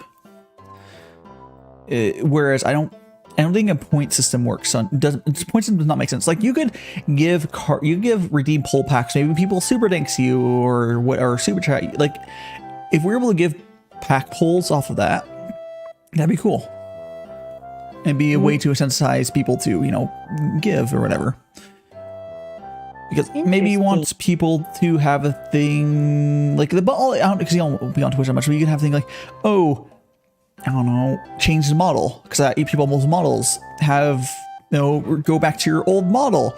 All those could work really well with a paid redeem system.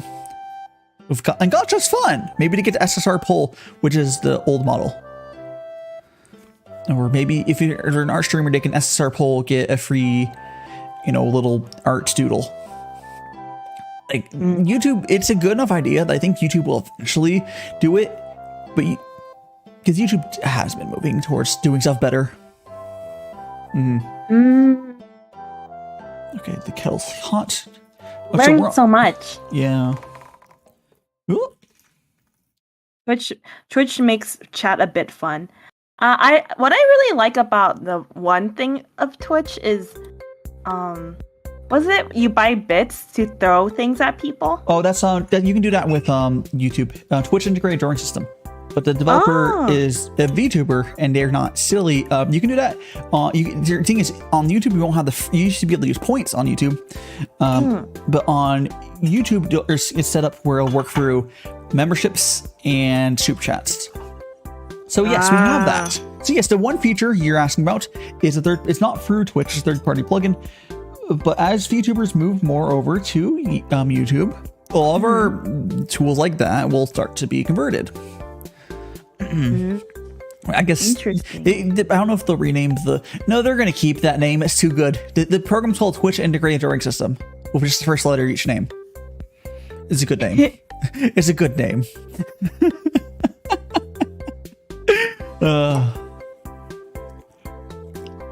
Yeah. Sorry, I'm like drawing at the same time while we're talking. You're drawing. I knew it. Riko is drawing lewds while I'm streaming. I knew it. Oh yes. I see. I see that hand holding. They're not even wearing gloves. They're ungloved. Ever since I saw how voluptuous your booba toggle was, it's never been out of my mind just yet. You know. Oh, YouTube has emote system. YouTube has emotes, but I don't. Actually, you might notice when you get a membership emotes, it's only for your channel, right? You don't get to other channels, or do you? I think it's only your channel. I think so. Unless you're like, I'm not sure. I could be wrong. I've never been on a membership thing, so I wonder what other people. Like, you also get a 70% cut instead of 50%. Twitch is so brutal for Twitch only gives you 50%. Yeah, I was very surprised of. Hey, it's better than TikTok gives you 20%. Not even joking. TikTok gives you 20% of the just stream gifts.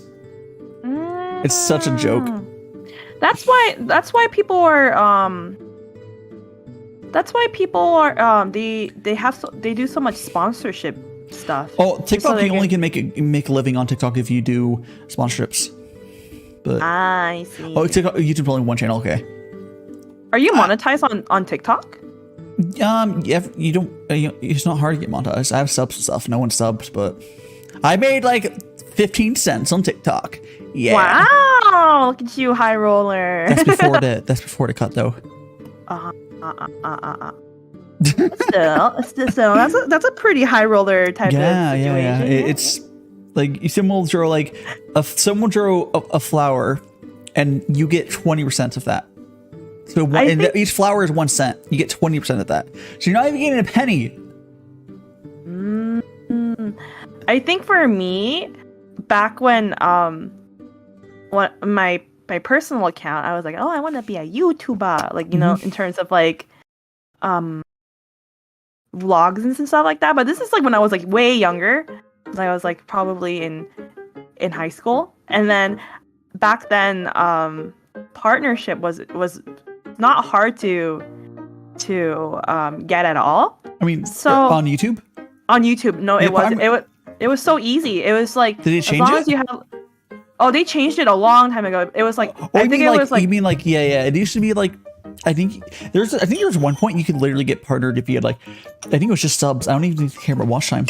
No, I was in the era where it was like 100 subscribers but 1,000 watch time hours. Oh, that's so easy. Yeah, and so I got that, and then I think it's not on YouTube anymore. I privatized it, but it was my experience with Thailand's McDonald's. Yeah, has delivery, and that time didn't have Uber and stuff like that, and I was like, this is the most amazing thing ever, right? And so yes, I got a partnership, and then and I only made 10 cents as well. Yeah, that's fine. Yeah. Are we doing anything for what? I was like, wow, I'm like living the high life, right? Yeah. So rich. You got the good life. The good life, yes, the good life. Yep. How you doing, Moth? Hello. Moth Janitor. Hello. But yeah, I want to say it's not that bad. I think YouTube. You don't want it to be too easy to get YouTube partner, because then the advertisers won't pay out as well or whatnot. But I do wish that shorts hours counted, because I would actually almost have YouTube partner. That's how it's so hard to get, because it's a short video. I almost have 4,000 hours on my shorts, which is kind of stupid, but it doesn't count. It doesn't count. As I was gonna say that earlier, like, oh sure, I have 1,314 subs, but if you go like, because I haven't been streaming as much, I'm only sitting at like 277 hours.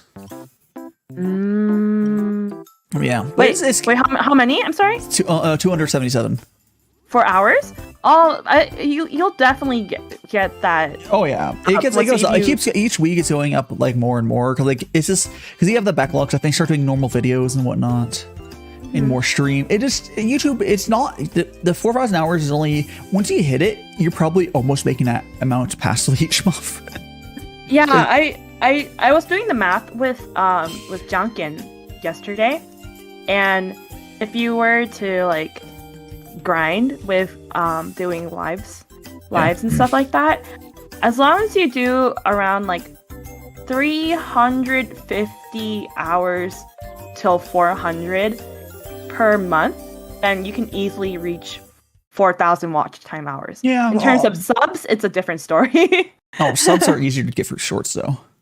Yeah. Just keep more shorts.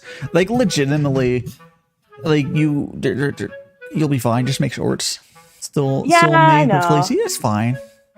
Yeah, yours is way more effort. Mine is more like, oh yeah, I'm gonna clip this from my actual. I find clips to often do as well. Like just making like dedicated videos, which don't take long, work pretty well. Sometimes clips do. It's mixed bag.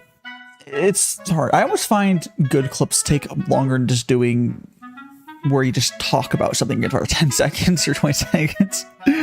Yeah. Or reuse TikTok sound or whatever.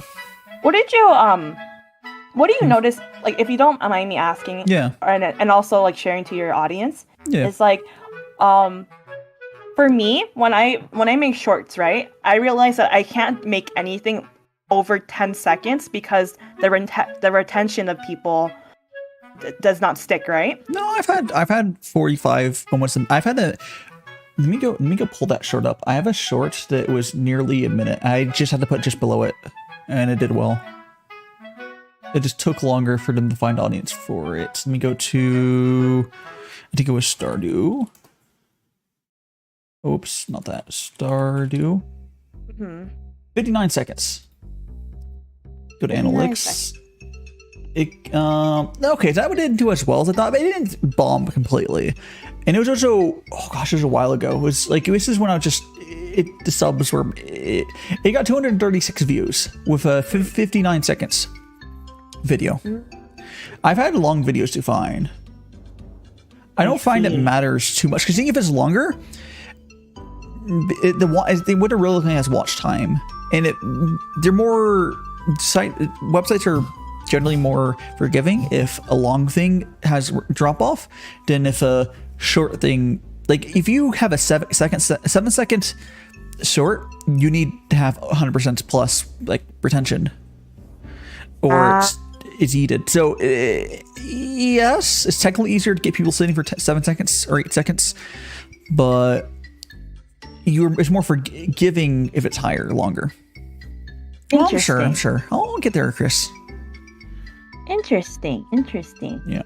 Yeah. I'm planning to get. I will do whatever it takes to get. I want to get YouTube partner before the end of the year, which is not. That's like I have 2 months. I think you can do it. You already reached 1K. I'm gonna get 2K on YouTube before I get to 5K on Twitch, which is dumb because my Twitch basically died. That's part of the reason I ended up switching over. Died? Oh. Viewership on Twitch is very momentum based, unlike YouTube, because there's no algorithm really.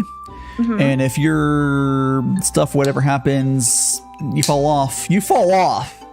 I've had multiple times on Twitch where I would get up to 20, 30, 40 average, and then people find someone else, and then you don't get your started stream doesn't quite go, and then you're back down to like 10, 15 average or whatever.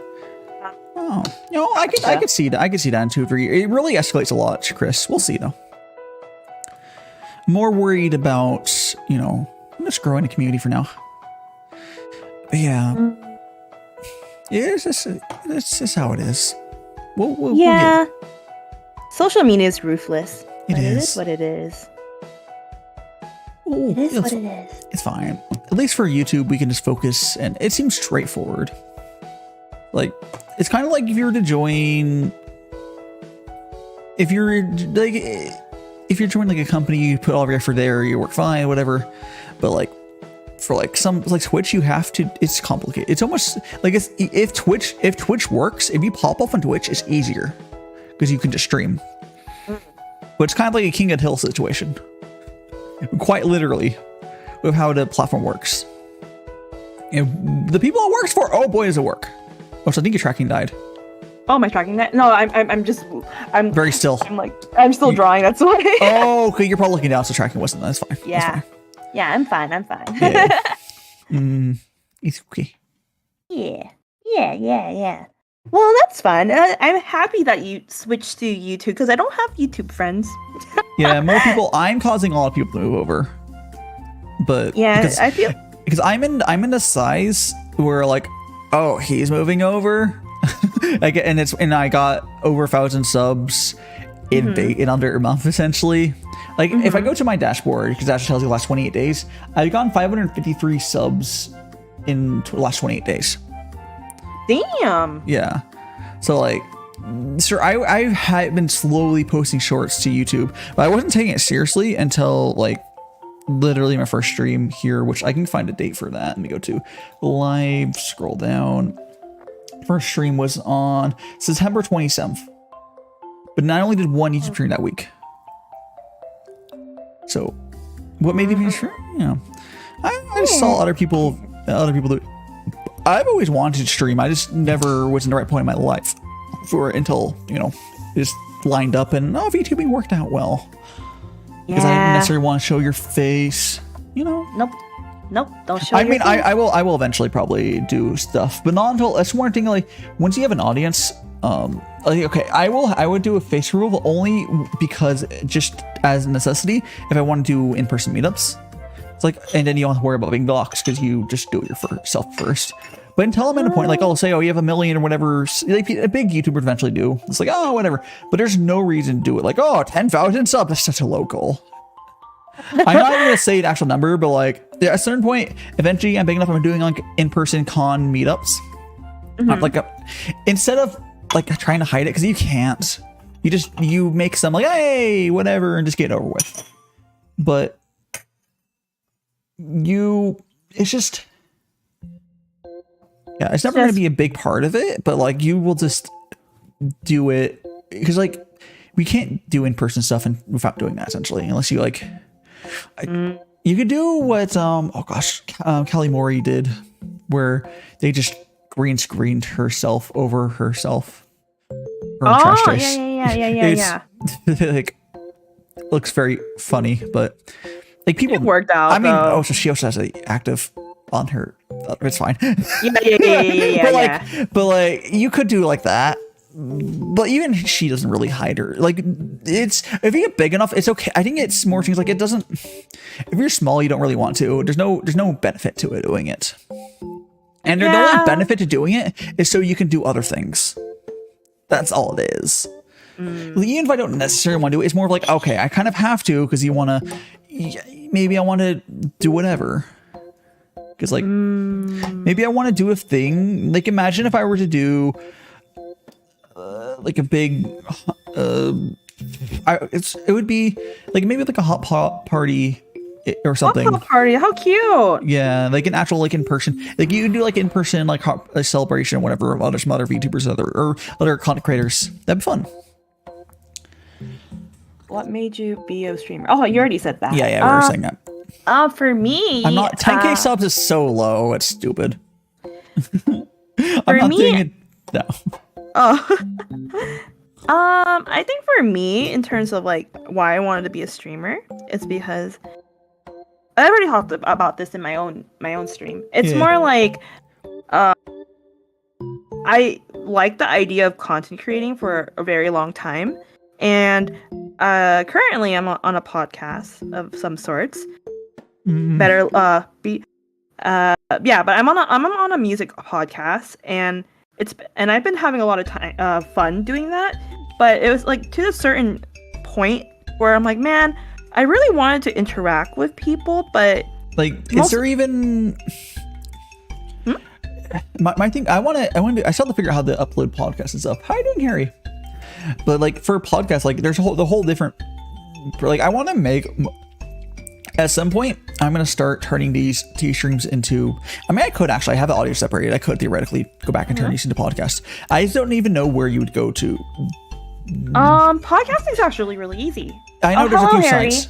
There's a few sites you can do it, but like the problem is I could just pick one and most would work fine. It's more. Podcasting is pretty easy. It's just that the problem is just like. The amount of hours you can actually, you can upload, right? Oh yeah, you just pay. It's a paid thing, but there's sites. Yeah, for me, I would need something that I'd, because I think just my T streams converting over. So it'd be up to like 6-ish hours a week, which that gets rid of almost all the free tiers. Oh yeah, that would work, honestly. Yeah, but you could do that. Like the T streams would convert over very nicely to like podcasts. I would have to like go back to ask people like, hey, I think almost everyone to say yeah, they don't care. But like, if I were to use my old streams, I do have the audio separated. I could do it because I have the music on separate. I have a track without the music essentially. So I would have to just go and be like, hey, can I, use it? I don't. None of the people I've done this with would say no. I wouldn't care if someone asked me if I could use the audio for their podcast. It doesn't matter. Well, if it's like, from my experience, right? Yeah. If it's anything that is like in terms of like, real music, right? Like, well, I use Dova. All the Dova stuff would be fine anyways. But it's just generally on podcast, you don't have a music track because of clarity, I think, or is it literally just copyright reasons? It's just copyright. So, because I can literally use that as is then, because I just use Dova syndrome. You can just, I could literally use my normal audio. I might not, just because you could clean up the audio more if you go with the track without it. But no, it's just it's more like what's the thing called again? It's more towards the terms of like there's this thing where you can download, of course, buy the music licensing. It's like how restaurants do it, right? You have to pay licensing per but you could year. just use Dova syndrome. I mean, for like that's all. I just moved over to only using that music. I do have my own BGM I could actually use, but like I have no rights to use my music, so that wouldn't be an issue. It's more of like most podcast. I don't know. Like it feels easier to listen to. I don't know. Like in a car, it's just the voices. It's like almost as a style thing at this point. It might have started because of copyright reasons, but I think I would probably just keep it the same where it's just voices. That's just normal. That's just what you do. Yeah, that's what I really like about podcasting. It's just that like you don't have to like focus on anything on the way you look type of thing. It's just I mean, VTube's thoughts the same from way. people. Yeah. Yeah. VTube's the same way. But it is, but yeah. I feel like a lot of people still look at it still. Like your model. True. Reactions to stuff, yeah. I have to. I mean, if you compare to different sites, because that's the main thing. There's like, I just haven't sat down and done it. Because I could probably just straight convert like how many t-shirts? Like 4 or 5 t-shirts over, asking permission first. But I've only done these collabs with mutuals, and honestly, I'm not probably wrong if. As far as like me agreeing, if I was on the other side, I agree to go on someone's collab they're putting on YouTube. I don't personally feel a difference between that and it being repurposed into a podcast. I mean, someone told me no, I wouldn't do it, but like, and eventually when I start doing it properly, I'll ask for. But like, would you say no? I don't. Like, it doesn't. Like, it's already being broadcasted onto YouTube. Is it like I know podcasts generally what you do, you'll ask you be like, oh, can I use it and stuff, but like it's because it's more like reusing content later. I mean, I will just eventually ask everyone. It's not that hard, but it's like I don't know actually. I mean, how I feel about it, but I think there's a good use for podcasting when people just don't want to go on YouTube. Yeah, it's different. It's a different audience is the thing. Yeah, totally a different audience. Yeah. Yeah. It also will hit to the best way to describe it is the normie audience, because we're only hitting the VTuber audience, but you could hit a normie audience because. Yeah, normie audience. That's true. That is a very true thing. Normie audience. I like that. It's a true. It's true. It is true. Yeah. And they open up YouTube. They open up the YouTube and like, hold on, why does this guy have these big L head? Yeah. Army audience. I'm trying to think of other VTubers that their content would convert over to podcast. I mean, people do interviews, obviously, but that's essentially what these are. Is the title is to get people in here as a general starting point, but you just go with whatever. Because I used to do these tea streams where I just say, hey, it's Friday Gongfu Tea with this person. It's not an additional title. It's good to have some thing like, oh, we'll probably talk about food and idol at some point. And we did. And we can talk about other stuff too. But it's just good to have that there. Yeah. I've been doing this for almost 2 years. So like, I just slowly figured out what works. Yeah. Yeah. Yeah, you don't get there because I think for you, I don't think any of your. Oh, maybe you're.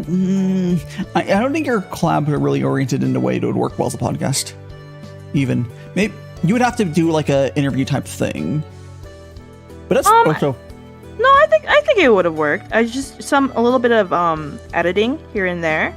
No, I'm just gonna put it in raw.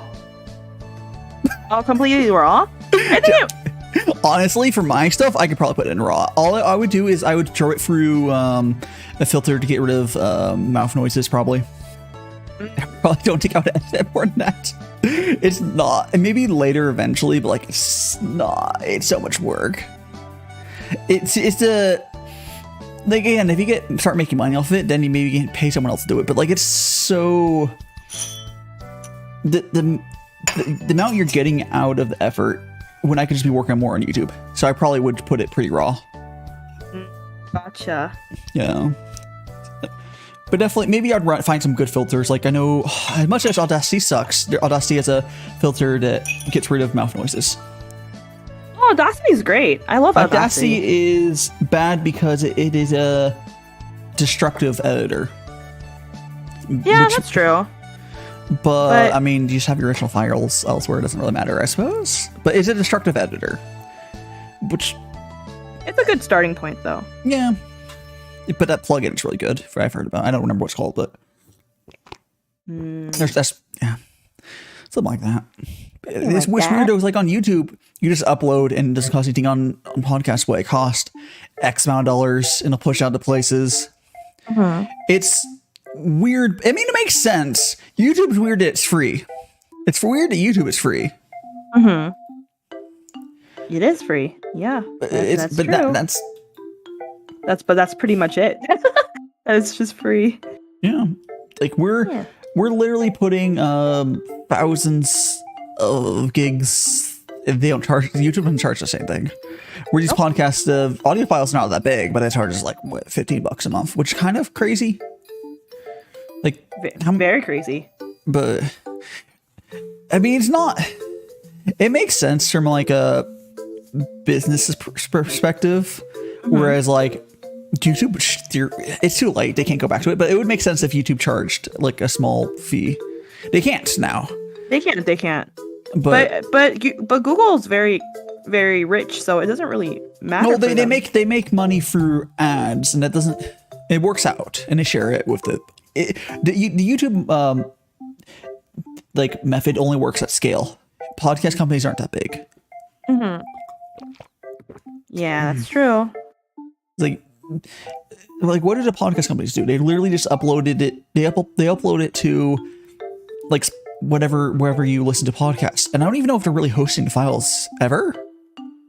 Maybe they might offer direct listening or something, but it's kind of like how it is for what's it called? Like live streaming. You have a little key, and then you just plug in that key to whichever site you want to use. Yeah, so you get your iTunes. Even if iTunes sucks, put it in there so those weirdos can listen to it. Yeah. I hate iTunes. I'll have it go to iTunes, but like I'll begrudgingly. You hate iTunes? What did iTunes do to you?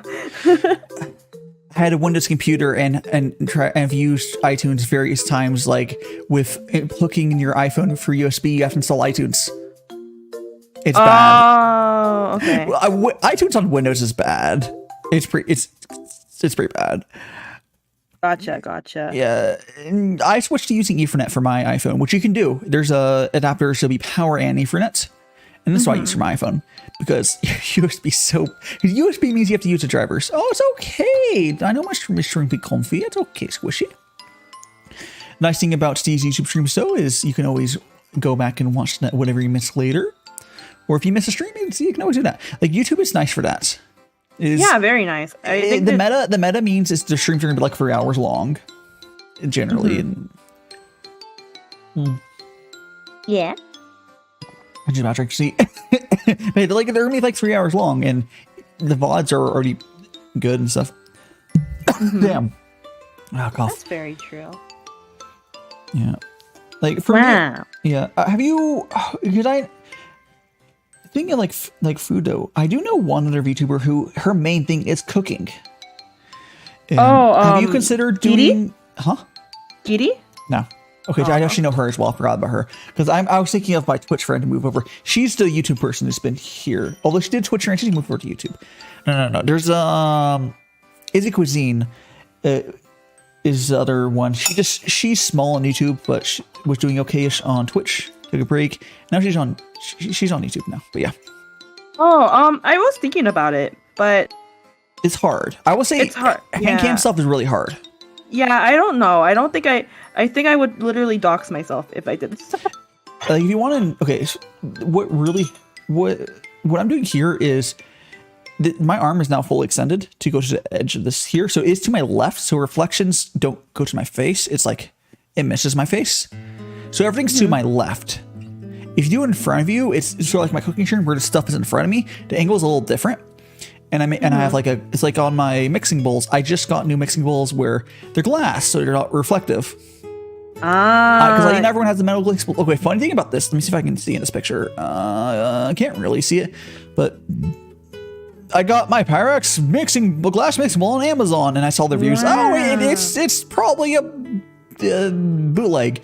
And I got it. It's like, oh, that's definitely bootleg, and it had a little bit of scuff, like not like it's like not chipped where it would like get in your food. It's like a defect where it's like not perfectly round. It's like rough somewhere. And a couple places, like I told Amazon, like, hey Amazon, it's just like, and I told like it has a little defect. It came like kind of slightly damaged, and they're like, oh, don't worry, just throw it away. We'll refund you. I'm like, cool, I'm gonna keep using it. Oh, that's nice. So I got my $15 set for free. I did that knowing that I knew that probably would happen because I'm okay buying like sketchy like stuff sometimes where on the one thing at Amazon, if it is not good, they'll just refund you. But it didn't even make them return it, which is good. The wrong name for 3 years. You got Fluffy, Tiggly, Dory. Wait. We're talking about YouTube. Yeah, I think there's a few. I think most of the cooking VTubers are on YouTube because Twitch just kind of sucks for cooking content. Really? Izzy and myself both tried to do it. She kept doing it.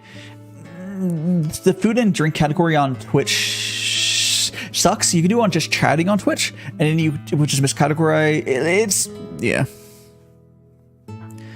it's fine. It's fine. Yeah, YouTube likes cooking content though. And I don't know. I like the idea of it, but I'm like also I think there's a lot of like prep work to do, and I'm like it's a lot of work. Yeah. I'm using for my cooking content, I have like a bendy arm like you put above your bed. It's like an arm thing. And that holds my phone at an angle. Not straight up. I don't know why people always do straight up and down, which also would be more like a dox you, but like straight up and down. Because if you see the angle on my my tea table, it's not straight up and down. It's more of like it's like if you're pointing a camera, like looking, like you tilt your head down a little bit. That's what it looks like. It's way more natural looking. Or if it's straight up and down, like no, you don't see stuff bird's eye view. It looks weird. Where I used to do bird's eye view for my tea stuff because it's easier. Getting an angle is hard unless you have like dialed in. Okay, see you later, Squishy. So see you later, Squishy. Thanks for coming. Thanks for coming, Squishy. Yeah. Yeah, it's just really... please don't scream into the mic at full volume. Honestly, even if I screamed at full volume, the volume wouldn't be too different from where we're at right now. Because we're both basically nearly peak volume. The difference is because we're not screamers, we don't adjust our volume where you'd have the lower volume. Our volume range is more condensed, as in which is better unless you really want to yell. Am I a screamer? I am a screamer though. But your screams just clip because you don't have your audio set up correctly. But no, if you screamed, it wouldn't be that much louder when you're at right now. The audio would just clip. But if you like do it for the haha funny memes of people being really loud, you have your normal speaking volume low and you adjust everything below that, and then you have a big headroom for it to be even louder for contrast. But for most of us, we're basically both just slightly below 0 dB. Like I'm at like -5 most, -5 basically. You're at about the same, which is pretty good. It's pretty good. Pretty good. Okay, that's nice, and that's reassuring to know. Yeah. Because if you go over to like YouTube, or not, if you go to like usually, because you always turn volume down, you can turn it up, that sort of thing. So you want it to be, you want your stuff to be loud. You don't want to, as long as you're not peaking, you can keep going louder. Actually, technically, OBS isn't a peak. It does this. It's not important. But as long as you're not, as long as you're below 0 dB, you're good. As long as I'm that. Okay. Good to know. Like you want to be, well, you're probably using the simplified voice volume bars where -5 is probably in the red for you, unless you fix it to true peak. I don't remember my mic setup. It's OBS volume settings. So you haven't adjusted it. You're on simple peak. Oh no, I did. I've adjusted it. You're on true peak. You're on true peak for audio. I think so. I followed a tutorial online. So is the red section on your OBS tiny? Oh yeah. I've adjusted it to the point where it's almost red. No. The red part, you don't adjust the red part except for having true peak. Oh, Discord might just making you louder to where you should be. I don't know. I just followed this tutorial where like with the filters and everything like that. So yeah, well, it's that. Yeah, if I ever looked at your settings, I'd probably be horrified. But at least on for Discord, you sound fine. Thanks. Yeah, it's fine. It's fine. Thanks. You could have. I'm sure it's all not bad. It's more like it could probably be better, but it's probably not that bad. Sure.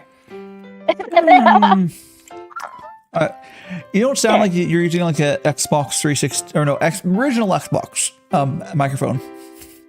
Oh, no. I'm using a Blue Yeti mic. Okay, that actually explains why I heard you complaining once. No, it's not XLR, right? No. That's my next goal. Yeah, Blue USB is so. If it works, it works. But yeah, that's my next goal. Blue mics are good. Blue mic USB drivers bad. Oh yeah, I agree. I really want I really want a nicer mic, but it's not time yet. You're fine. Honestly, you got a good egg, or at least it's working. Yeah. But like Blue USB mics they are what they are. Like I have an Audio Technica 2020, which Audio Technica's USB drivers are really good. It's a good mic. But like I don't know why Blue's mics are notoriously the USB drivers notoriously bad. But if you do XLR mics, they're good. Not that I never see anyone adjust their XLR mics, but they're fine. They're fine. I almost guarantee you won't buy one of their XLR mics. Do you have one? Blues? I don't have XLR at all. I'm a USB. Oh, you're also USB as well. Yeah, I just have my Audio Technica's USB drivers are just good. The Audio Technica 2020 is really really good at. Actually, 1 second. I'm gonna very quickly. Give me like 45 seconds. I'm gonna go to the bathroom real quick. So okay. So you can talk about your favorite flavor of Idol and what seasonings you use. I don't know. 1 second. I'm sorry. Real quick. Hi everybody. I'm taking over his stream once again. Yeah. Okay, so for idol music recommendations right now that I have been very into is I'm gonna write it on chat. Give me a second. Let me give you I like this one song from Juice. It's not a new song, but I think it came out around like maybe the past 2 years. The song is called, let me find it. Chotomate, mina. Choto Poppers. Where is it? Hitori da da da da da da da. No, that's this one. I found it. Let me put it in. Hi, put it. I'm back. So the song is called Hitori de Girare Sotte. Yes. Listen to yes. What were we doing? Oh no. I'm just recommending idol music right now. Oh yeah. Yeah. But yes, this is a song I'm really into. So if you guys are into listening to new music for idol stuff, then go ahead. Try give it a little gander. The one nice thing about Twitch is I would have just put whatever song you're talking about up on Twitch because on Twitch you can just have the VOD track separated. And well, there's not really copyright issues on Twitch. Is very lenient on copyright to like below the legal what should be. YouTube just does letter of the law, which is why it's pretty strict. Yeah. I've seen the drama of like copyright stuff on YouTube. And Twitch people coming over are like, oh, it's so hard. Like, no, they're just actually following the law. Yeah, there's copyright law. It's not YouTube's fault. Copyright law is just messed up. It's not. Yeah. YouTube's just like actually following the law because Twitch is just small enough to get away with. I don't know. I don't know. I don't know how to get away with it, but I like to compare YouTube. I mean not YouTube, Twitch with their copyright laws as like the Wild West. You know, that type of thing. Not as Wild West as TikTok is, and like. YouTube Shorts is kind of getting there because they got agreements. They're allowing us to. They're going to pay people, so you'll be able to use copyrighted music on YouTube Shorts. But I still won't personally. I just use my own stuff generally. But yeah, TikTok is a true Wild West. It's.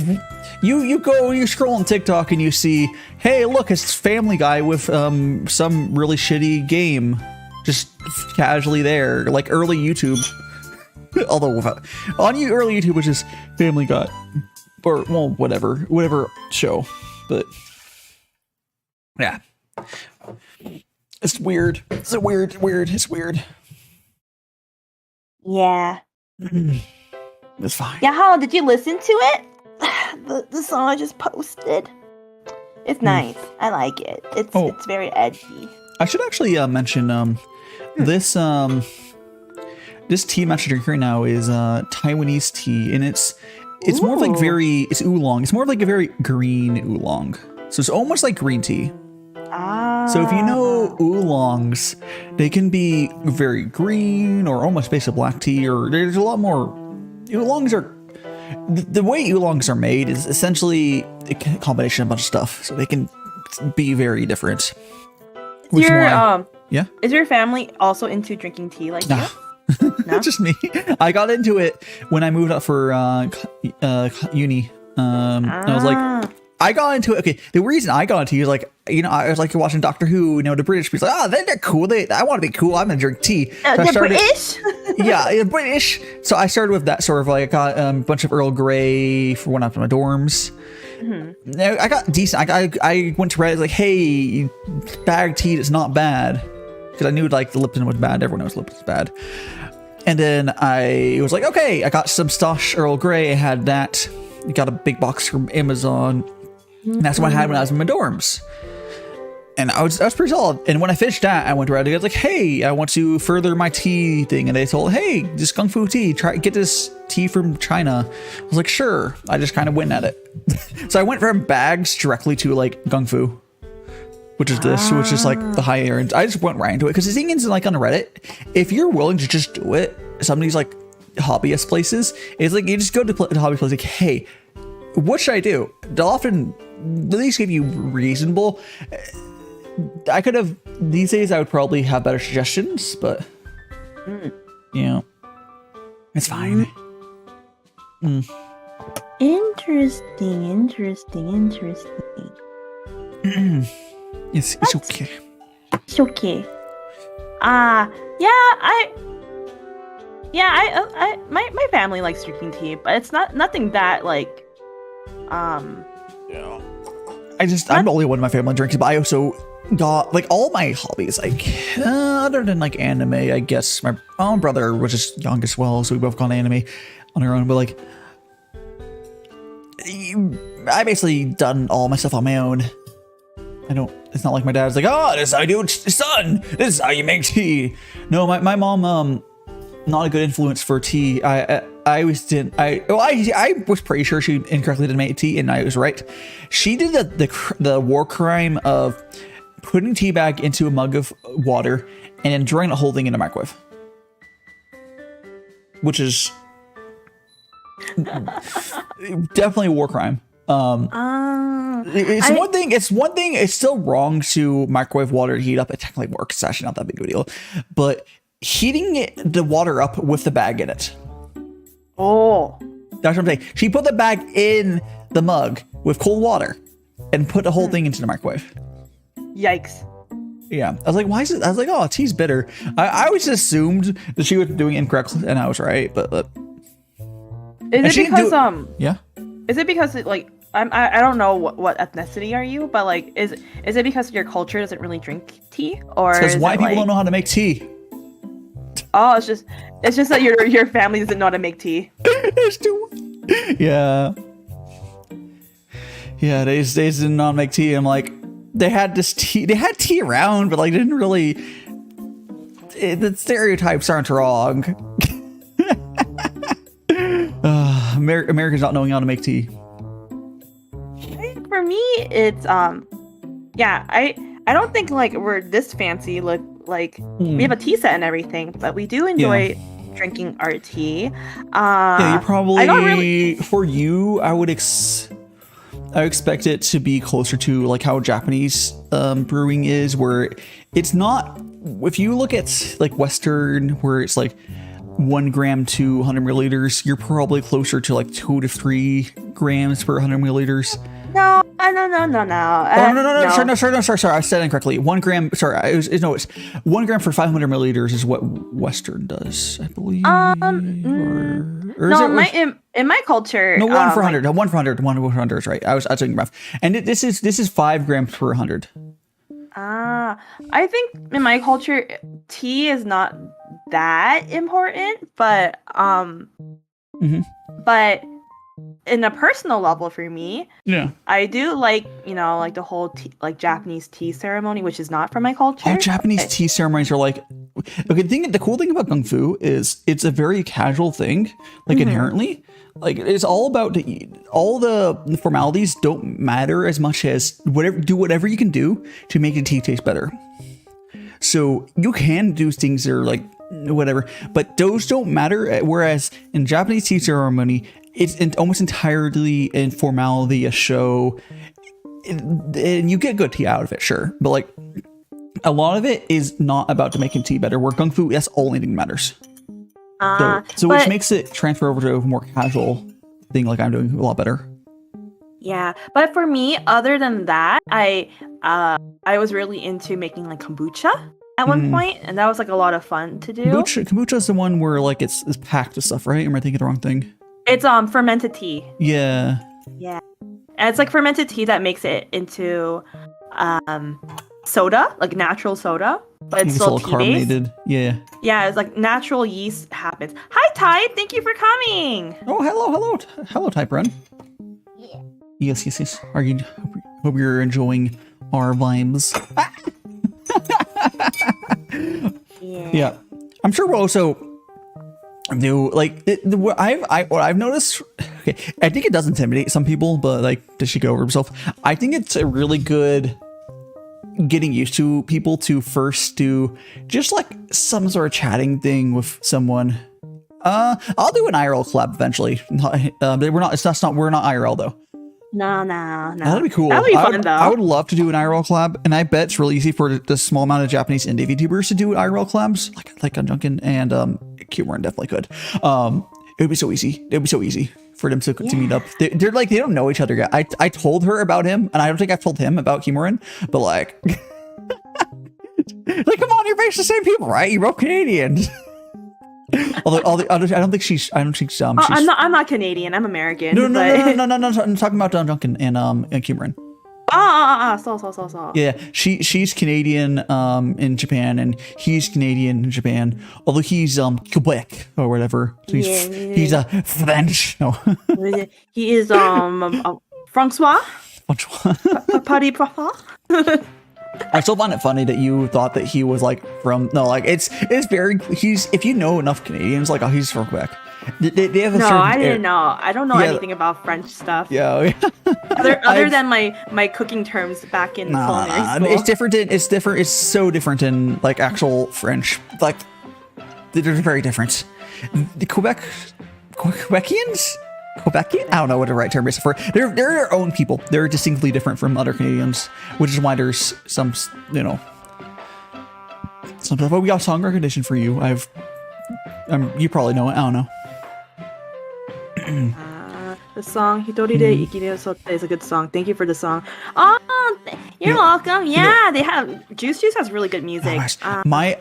Since like very early, so early on in Twitch, I had where our stuff was going really well. Like, I never struggled to get affiliate or anything, but Twitch has been up and down because Twitch, whatever. Anyways, so at one point, and I've said this for a while, I wanted to eventually do a thing. Maybe it'll be easier because I'll be there. I'll be the one hosting it. I want to like rent out like one of those like, what do you call the traditional hotels, inns? Oh, ryokan. Is that the word? Yeah, I want to rent one of those out, make sure it has internet, and do like a more of like a big collab sort of thing where people do that, where they have like they do a bunch of stuff together and you make a bunch of content out of it. It'd be really fun. Like, invite a bunch of my I had originally thought like, all my VTuber siblings. I'll invite I think a few of my VTuber siblings I would reach out to them still. I would love to. Oh, some of my VTuber siblings are super cute. But like, it's been so long because it's been like 2 years. So like, don't and cute and gosh, why am I blanking on her name? Kiripon, who's my VT mama. She hadn't pumped out a bunch of recent kids just because her health issues. She's still working for her backlog. So there hasn't been fresh ones, but like, I would love to, like, imagine just like, even just my friends, but originally be like, oh, have all the Curie kids go over to Japan and we do like a 3-day or a week thing where we're in and we make a bunch of content. That's nice. I like that. That'd be fun. Like, I feel like I could host that sort of thing. Like, there's so many things I can do content wise from Japan because everyone wants to go to Japan and organizing. So I would love to organize stuff like that. Like, oh, you can do so much stuff. Like, oh, we can go do this. We can do, like, it's a good content creator country in a funny way. Yeah, there's a lot of things to do in Japan. There's a lot of things to do, and it has a very distinctly different culture. Oh, and it's also easy to get around. Oh, and good internet helps. Good internet. It does. Good internet helps. You can be into sticks and probably have good enough internet. So that's good. I'm sure it's not universally true everywhere, but it's easier to get sticks here and not get internet. You'd get a place that has it. But just like, come on, it's like, oh, we have. I just want that's such a weeb. It's such a weeb desire, but I want to basically sleep over with a bunch of YouTubers. Aww. It'd be cute. Come on. We were just like, oh, let's go. Oh, it's kind of, we know it ended up being very degenerate at some point, but like, it'd be fun. How many VTuber siblings do you have? Oh gosh, it's big and small, but like it's over 10, but like it's in various states. Whoa. Kiri Mama is really good. Like, she's really, really good. I'll pull up my ref sheet again for you guys, MC. She did my character design and the live 2D, and not this live 2D, but like you can see on the left side, you can see my live 2D. She did all that. She's really, really good. Because it's hard to find someone who does character design is different from someone who could just do live 2D art. It's two different skills. Yeah, totally. And character design is almost like the most important thing. Like, I think a lot of people will eventually, like, I'm sure eventually you'll probably contact, let's say you have like, you get like 10, 20, 30, 40, 50,000. You probably go find a character designer, be like, hey, make me 2.0. And you'll probably do that. But that's like, literally everyone does that. But this is, when I got for Kiri originally, it was essentially what most people, if she didn't have health issues, it really would have been what most people get for their 2.0s. And it wasn't cheap.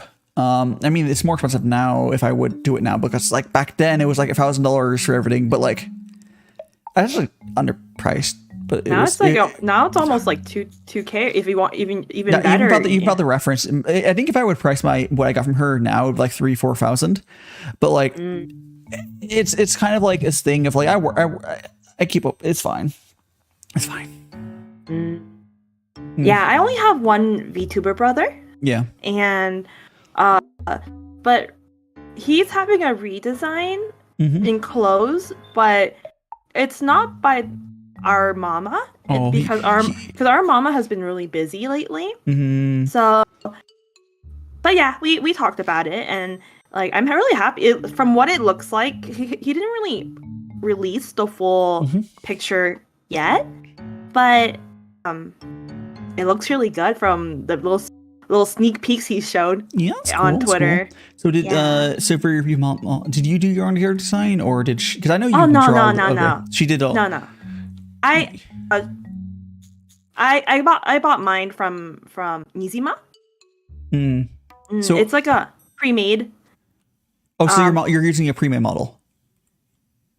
Pre-made model, but it's only my license. Yeah, you can do it on Boof. You can do that too. You can buy. People make it. They're like adoptables for live 2Ds. Yeah, like that. There's a corpo that did the same thing, which is funny. But adoptables are a good way to go for live 2D models. So you found an adoptable and you was like, hey, I like the design, and you bought it. Yeah, I actually my followers know this, but I actually had another design that I actually like made it from the ground up, and then I found an artist to do, and then also the rigging and such. But the problem with that one is like it's super cute, but the problem with that is that I don't think I could act the part of the one I made. Do you have do you want to show that off? You have a picture of it somewhere? I'll show it to you, but don't show it to the viewers. But I'll show it to you. Yeah. I have in mind. I'm imagining it I'm imagining it small, because I feel. But I'll see. There's two ways it can be. For it to be not fitting you, there's two different things it could be. But well, it's just that it's chibi, you know. So like okay. Yeah, and I thought about it, and I was just like, I'll like. Oh, is this gonna be a little easy? Oh no! It's not like no. Okay. I'll see what it looks like, but I won't show it on screen. But but I really like the way he does his like rigging and stuff like that. So I commissioned him again for my model for like a chibi model, not like So kind of like does he have a secondary model? Are you gonna mostly stream with then, or? Yeah, I will stream with that eventually. It's more like so you're it's like a slow progression of your current model. So you have your adoptable, and you're slowly having other. It's fine. Yeah, I just sent it to you. That does not fit you at all. It's very cute. Right? It's not fit. It's cute. I would call that lily, but like it's but that is not important. But like it's not boring. It's not a boring design. It's not a boring design. It's really good design. It does not fit you. Yeah, it just doesn't fit my voice. And I love it so much. You're not bratty enough for that. Yeah, I love it so much that I will never sell it to anybody, because I'm proud with like how make it work as like a lore character. A what? a lore character, like someone in your character. If you start putting more, I don't know how much you put into your character, you're in your lore. You can have a second my character. lore is really simple. I know, but you start putting more. You can just make it as like, oh, this is your friend, or something. No, I don't plan on ever. Because I have that for myself. Because my price was going up. Yeah. For myself, I have like my own, and then Kirimama, I'm having her design a companion character, you know, like a QB. This is actual contractor. Where my lore essentially, the contractor used a contract spell, magic girl contract spell on me, but I'm a dude. It backfired. I got contracted over to contractor, got all their contract god powers. That's basically my lore, and it kind of left. So she did get turned to a magical girl after that. So that is the companion character, and I'm getting a full same. It's gonna be the same quality of like effort as this character design. I'm not gonna get a live CD immediately just because Carrie's. I'm not gonna. I'll get someone else to make a live CD eventually for the memes, but yeah, it's gonna be a full like effort character design from that. Because I want it so I can just have art of this other character. Like I'll just have her there, and people are like, "Who's that? Oh, this is me." Don't worry. I'll probably make like a Twitter and YouTube and stuff for her and do like shorts, just casually be fine. Yeah, I the only reason why I want a chibi model of my current model, I just think that it's like I think it's Chibi's fun to have something different. But I'm like, oh yeah. Did you? So you made on? We're not going to put it up. But you said you drew design. Did you draw the live 2D? No, I did not draw. So basically you gave them like a rough like character design. Yeah, I drew my own character design, but the style that you see is their style. It's really good. It is really good. Yeah. So in terms of like how I wanted her to look like in like what she's wearing and all that. You had all that. They just kind of made their version of it. Yeah, they made their own version of it. Yeah, but like it's a good design. Like that's legitimately, I could totally picture. I have one friend in mind, a VTuber friend, who their Twitch partner. They could totally pull off your design because they fit the aesthetic of what you did, and they have that thing. But they're like you. It's not you. I got lucky. My design ended up working for me and stuff. Yeah, I really went up to Kirio. I was like, hey, I want to be a magical boy. Because she, like, she had not heard my voice. It ended up working. Like, you know, like voice mismatch. I don't actually have that. But, like, a lot of people have that. And I guess it's probably helpful to send artists and your voice samples when doing character design. But, like, I didn't do any of that. It just ended up working. Yeah. So that's why, like, with my current model, like the Riko model, I was just like, I think I can actually pull this one off. Yeah. So, Your fits. I definitely think you, like, I can totally imagine, like you eventually just refining your current design eventually. Like, because live is really, really expensive, like really expensive. But like, I've talked to this with my followers, but ideally, I would like to have a what's it called? A costume change for my current model. Once like I reach 1K or more. No, like getting extra clothing because it's not this model's not rigged that much. It should be pretty cheap. Yeah. So you can do that. Like it, maybe a couple $100s at most. I don't know what they're pricing, but like it's not because what I would say for your model. The rigging style is more. I don't know if it's an old model, but like it's what like when I started VTubing, that's how models looked.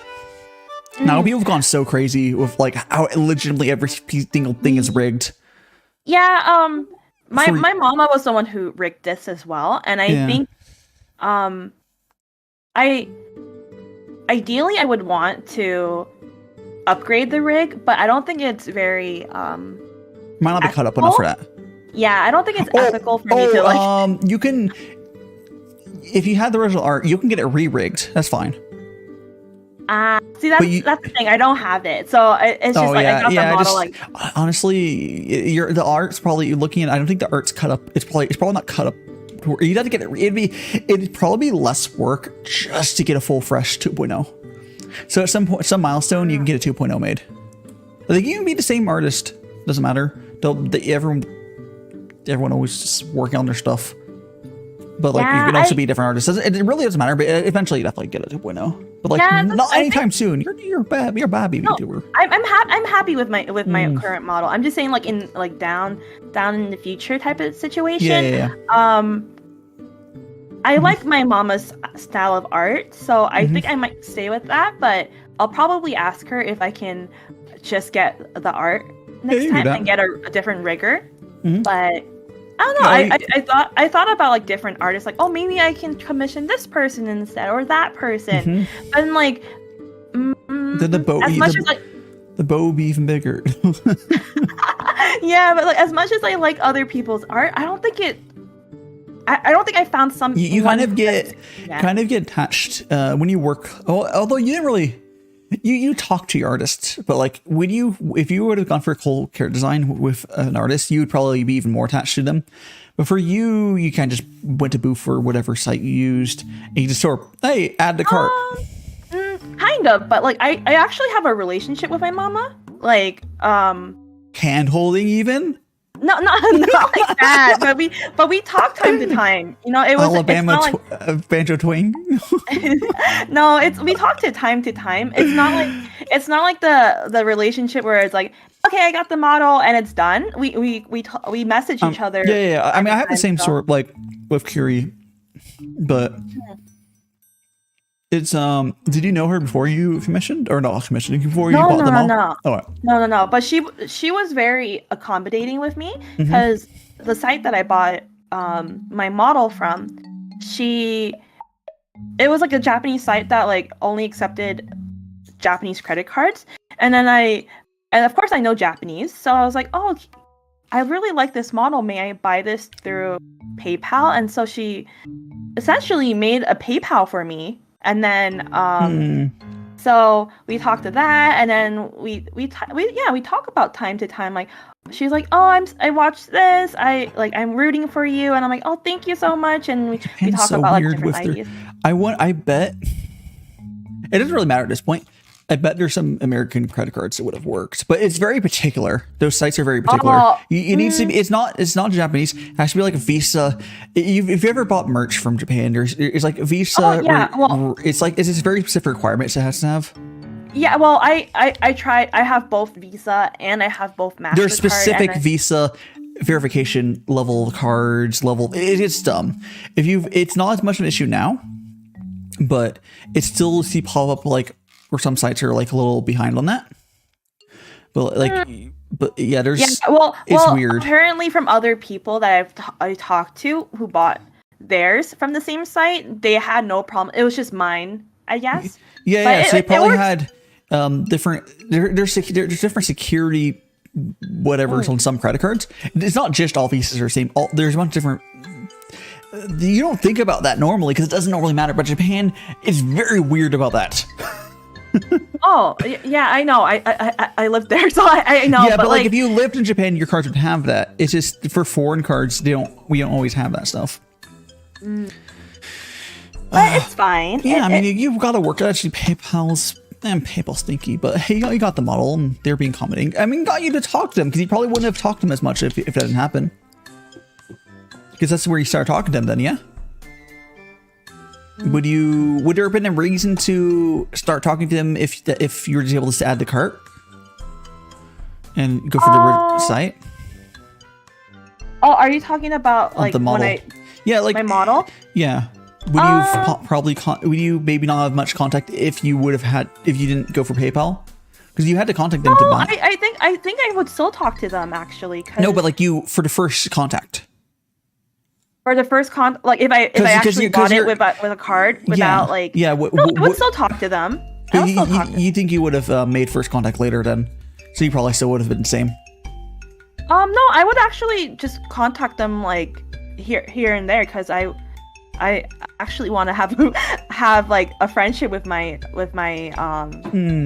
creator, you know. So yeah, okay, cool. So you're still playing. Your first contact was maybe a little earlier, and there was a good segue for that. But you probably would have been the same. That's cool. Yeah. Definitely it's cool to like work with artists for stuff like. especially when stuff goes smoothly. But yeah, it's fun. It's fun. You get to see stuff come to life. And I know the artists are always proud when they see their stuff doing well. As for like Kiri, her clients, there's one person as partner, and then there's 2 other people besides me, Little Shadow and Fost Finch. Both of them are doing pretty well on Twitch. I was technically bigger on Twitch than them, but I switched. They're more consistent. They've formed a better community than I did. But like, there's me. There's 4 of us who've been doing well on Twitch. There's other people, but everyone else is kind of still growing pains. We're just probably go to YouTube. Yeah. Oh no, there's one more. I always forget about this other. I always forget about Panky. Panky's a thing. I always forget about that guy. I think my mama made. I think my mama made 4 in total, but the 2 other people I don't know because I think they just disappeared from the face. I mean, it happens. There's one of the Vtuber children where Kiri had me not list. I have like a list of the kids. Kiri had me not list them because there's issues or drama. Oh my goodness! You know how, like, you know that you're like re-rigging drama. They had issues with their. He just had Kiri make the art, and then she had, and then he went to someone else to get it rigged. That rigger apparently sucked or something, and then he tried rigging himself later, and it was a bunch of dumb stuff. And then the person disappeared, or we thought they did, and they came back. But when he came back, like, oh, I'm just gonna like remove him from the list because they're just a drama llama. Don't need the hot potato, or everyone call it. Don't need that in my life. Don't need that. I see. Yeah. But yeah, I think realistically, probably maybe if everything is going well from my end, then probably like less than a year, or maybe a year. I don't know. We'll see. Until what? Until like a redesign of some sort. That's fine. Yeah. I was using a 3D model for about over a year.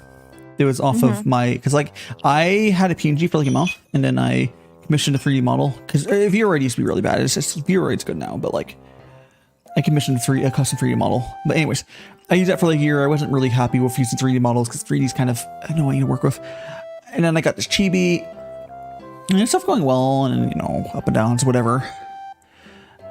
But I don't know how long it's been since I had this chibi, but maybe 6 months now.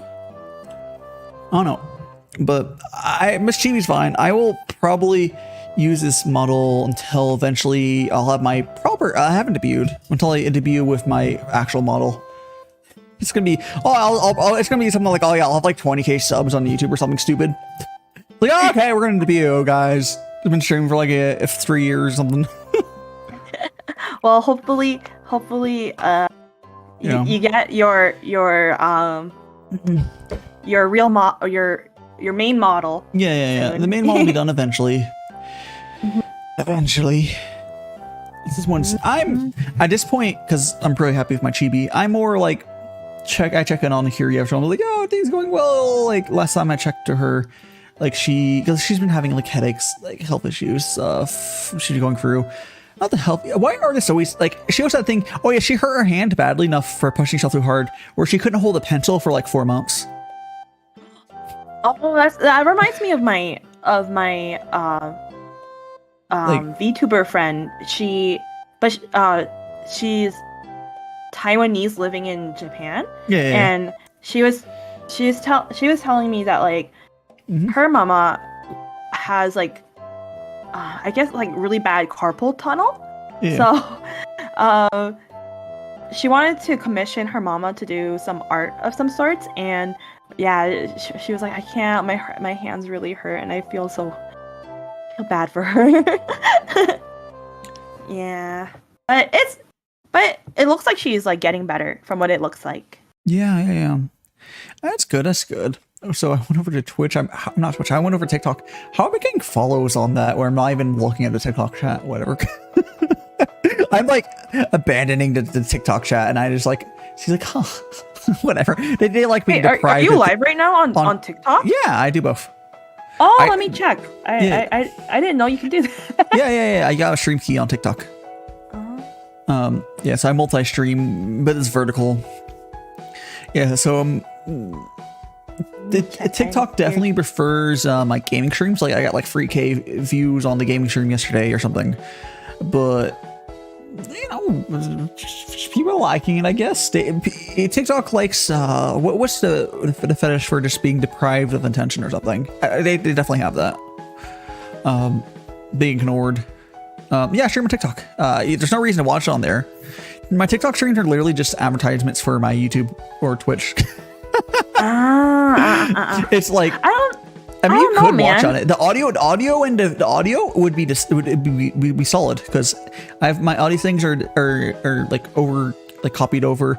It would be a fine experience, and it's vertical. If someone wants to watch on their phone, it's probably easier to watch my streams on the phone on TikTok. If they really wanted to, they could. I don't think anyone's really doing that, but I don't know.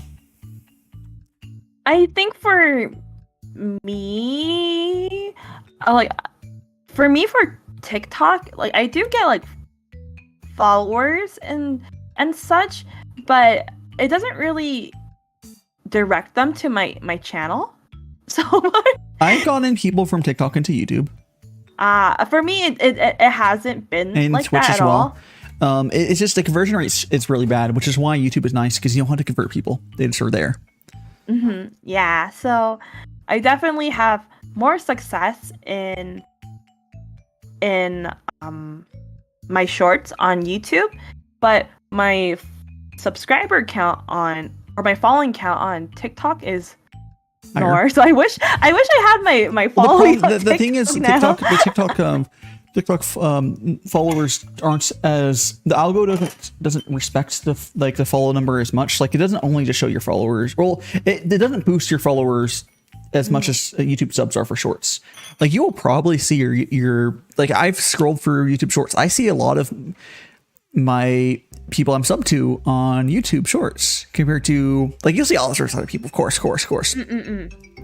But the chances you seeing someone like on TikTok that you don't follow is higher because they don't care.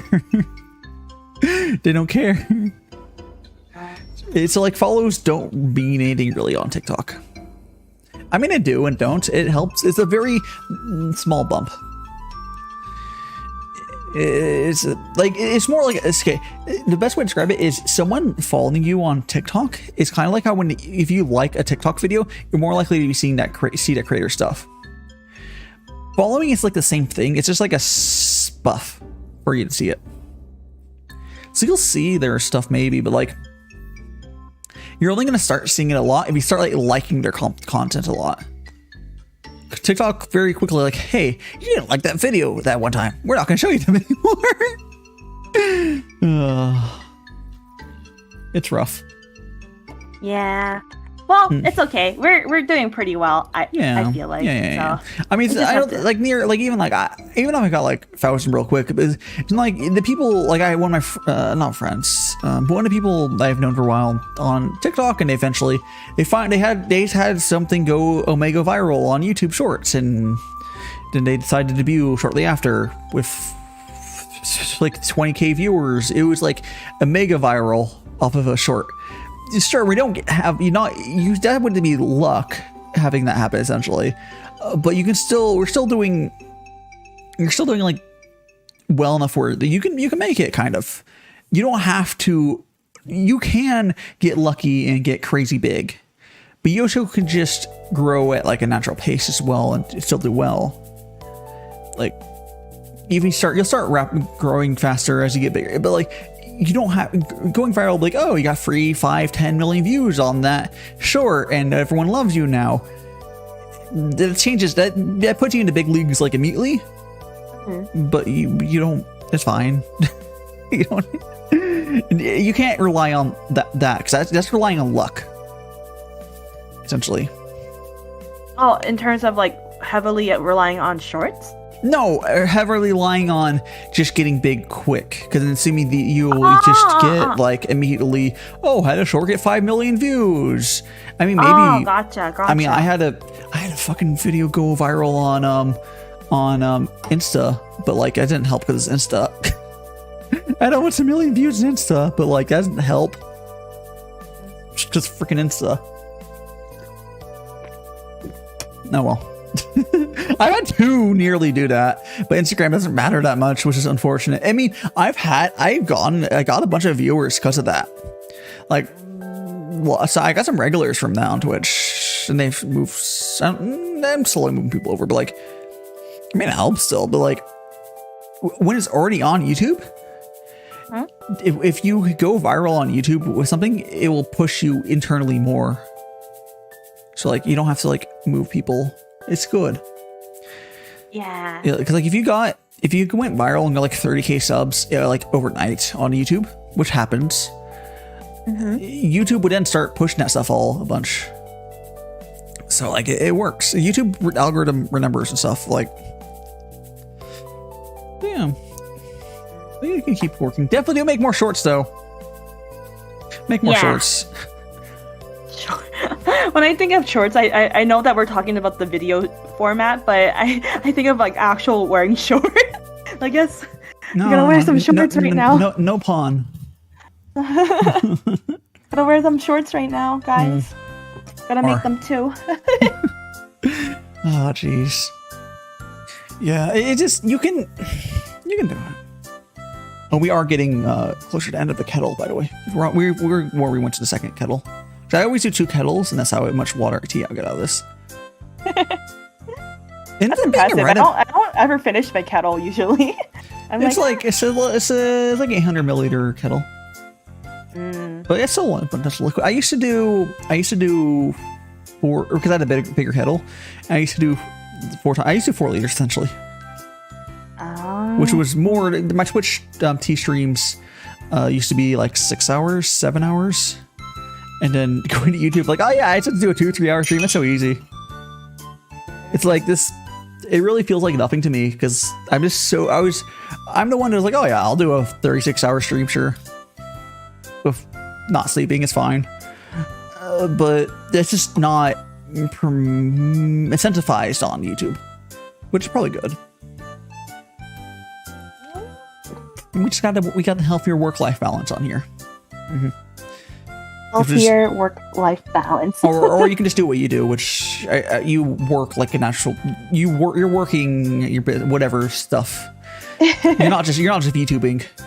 Yeah, I'm not just VTubing. But that's what I'm doing. But, yeah, which is why if you see me like us, don't worry about if you can't pump as much content as I do. That's hi doing Pikachu. Hello. Oh. Yeah, I think that like I don't know. I don't know if I can actually like I would love to. You don't have to. The good thing about you don't have to put, as long as you're regular when you do stuff. You could make like 2-3 shorts a week. That's fine. You can make it in like one video a week or something like that. That'd be fine. I don't know. I'm just like, for you, you're really good at editing, right? I think you just need a better video editor. I think if you download CapCut desktop, you probably realize it's really easy in that. CapCut? Okay, let me just link other desktop. CapCut. I found it. Yeah, it's just CapCut.com. It's just yeah. Yeah, because I have like the Adobe stuff. Just Adobe because, is so much work. It's way too heavy for shorts. Okay, good, because like I mean, tried Adobe just because I have it for my podcasting stuff, but like it's so hard. I think it's so hard to use. Yeah. Yeah. Oh, thanks. I'll look into it. Oh, did you see the? Oh, that's a ridiculous question to you. Is it free? What? Oh, yeah, it's free. It's free. You do need to log in to your, I think it's your TikTok account. I think. Or just a Google account. I think it's your Google account. And I think you log into your Google account because you have to log in so they can take your data or whatever. And you have to do that so you can remove the watermark. You could technically use it without it, but there's this CapCut watermark on it. No. I've seen that on YouTube. Yeah. Yeah, I no, didn't realize you, it was like the editing software. no, they're probably using a mobile version because it was an app first, and then they made a desktop version. The app was really nice, but they made it even better by they made a website version. Interesting, but anyways, I don't know. This is a desktop version, but yeah. Interesting. I would just use desktop version, but yeah, it's cool because you can do whatever it works. Because the problem with like most video editors, they're way too heavy. You don't need that much editing for like a vertical short, like it's just way too heavy. The only time it makes sense for me, because I know how the Adobe workflow works for where you can actually take a piece of video, and there's a workflow where you can say, hey, I'm gonna make that into a short thing, and it goes to a different that video that line goes away and you're a different interface, but you're still working off that. It still knows where in that video you came from, and you can adjust it and stuff, and you can see all the markers of wherever there's a bunch of stuff you can do. Adobe stuff can be cool, way expensive. I don't. I only have it because it's like a school account and stuff like that. Okay, that makes more sense. Okay, you have it. Yeah. Because even for podcasting, I don't think it's worth. You don't talk about in a way that I think you're big enough in podcasting to be worth it to pay for Adobe's full price. But if you have from school, if you have from school, okay, that makes complete sense. yeah, I just have it for school, and so if you're in school, like, okay, that makes sense. They have good stuff. School price not too bad, but for like the full like normal price is dumb. I know, I agree. Mm-hmm. But I plan on like. Now that I know that this thing is going to be it's the best way to describe CapCut is, you know how what video Windows Movie Maker and like iMovie are supposed to be, where they're like simple and good. It's kind of like that, except it's not missing features, or at least not missing much features. Like it's very quick and there's good templates for stuff. It's like if a modern version of Windows is made that didn't suck. Because there's even stuff like color keying, there's Luma, there's everything you would need. There's it's one of the few video editors that has text to speech in it. So you can just type it, like, TikTok, you can type, there's text to speech stuff. It's the same in text to speech engine, I believe. So you can just quickly add text to speech voices, which is important for TikTok people. You might never use it, it's fine. But you have text to speech, and you got, auto subs are nice, which it works pretty well. So you can use. I normally use the auto subs and edit them. Which Adobe stuff, I think Adobe has auto subs, but it's Adobe. DaVinci Resolve DaVinci Resolve is really good, but DaVinci Resolve does not have like auto subs. It's a pain. I mean, DaVinci Resolve though, it's just as powerful as Adobe's stuff, but like. Yeah. Interesting. Because again, they literally just use DaVinci Resolve for movies, like whole Hollywood. It's free. It's free. Like it's free. If you didn't already have a Adobe license, I would have suggested that for your medium/long form stuff. But yeah, like I mean, I made my first video edit for my last cooking stream in CapCut because I wasn't doing much. I cut it in DaVinci Resolve just because CapCut's cropping is kind of shit, but like so you use CapCut strictly for YouTube Shorts? Yeah, but no, I use it for others. I use it for the only thing I opened it up in DaVinci Resolve is formatting the video in CapCut is kind of they don't have as much.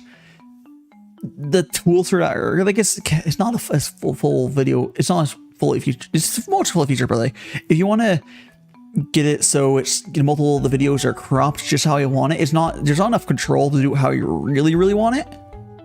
Where you could quickly do that in either Adobe or DaVinci Resolve. It's really easy to go and hey, I want to have this where it is, because I basically I cut out my game screen window where the hand cam is there. I cut that for a cooking stream. I cut that out. I make it the full screen, and then I had a blue screen on my model, as that's what I did last week, and talk over that. I'm looking at it right now. Is the $200 thing like for a lifetime? For what, DaVinci Resolve? Yeah. It is, and you don't need that. It only adds some. It adds some stuff that you really don't need unless you're like legitimately in Hollywood, and it's only $200. Yeah. But like you don't need that at all. You legitimately don't need that. The $200 stuff, it really doesn't matter. There's some like codecs that again don't matter. Like there's some features that just legitimately don't matter, but like big Hollywood suits would probably want. So they charge them like $200, and it's a lifetime, yes. So yeah, it's much cheaper, and even if their paid version is like not expensive. Gotcha. Interesting. Yeah, like if you want to learn something that you could continue using afterwards, for your, but you have access to Adobe, but it's more like, oh, we're gonna. It's a hard question to like, oh, you get ingrained into Adobe, and then once you're done with school, have to start paying that tax. Yeah. It's like, I don't know. The tax. Each heart. There's also other options. There's another. Well, maybe not for a video editor, but there's alternatives to. There's alternatives to like Photoshop and stuff. I can't remember what the website's from. Yeah. Okay, that's the last of the tea there. Well, do you have any do you have any like final? Do you have future plans? Oh, actually, you do have future plans tonight. Yes. Okay. Well, in 2 hours, I will be in another collab stream with Jang Pom. So please go watch that. It will be at 11:30 p.m. PST. But I was going to bring this up. You do know it's PDT, right? Oh. So we're still in daylight savings time. Oh, you don't realize that until you start. It's fine. I don't think it's going to confuse anyone, but you're technically wrong. Well. It's fine. It's 11. It's fine. PS. It's Pacific time. You can't say Pacific time and never be wrong.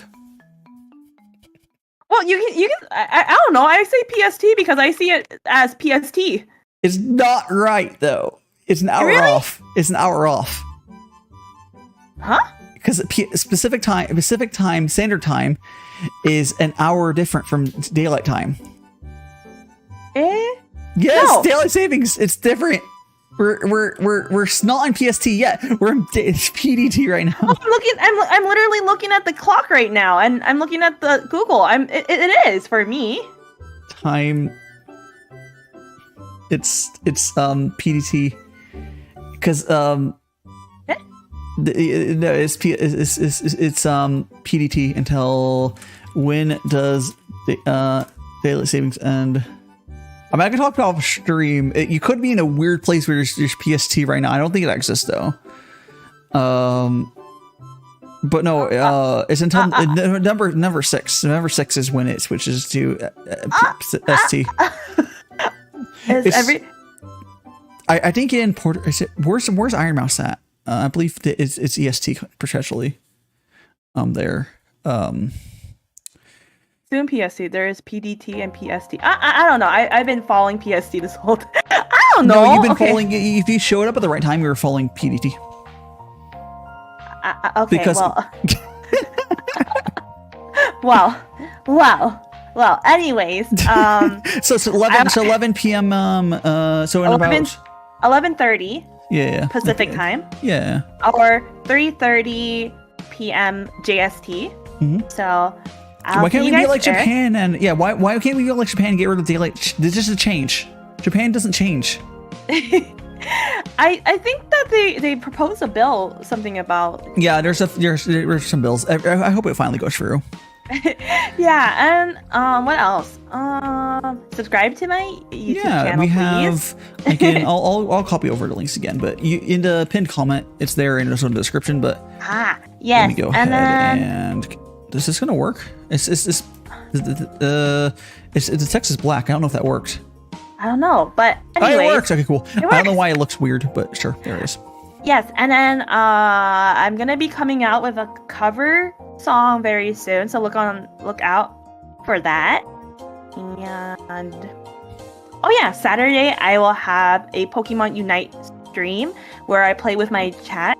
So if you want to play with me during my stream, you are welcome to join. It's going to be also at 11:30 Pacific time as well, so hopefully I'll see you guys there.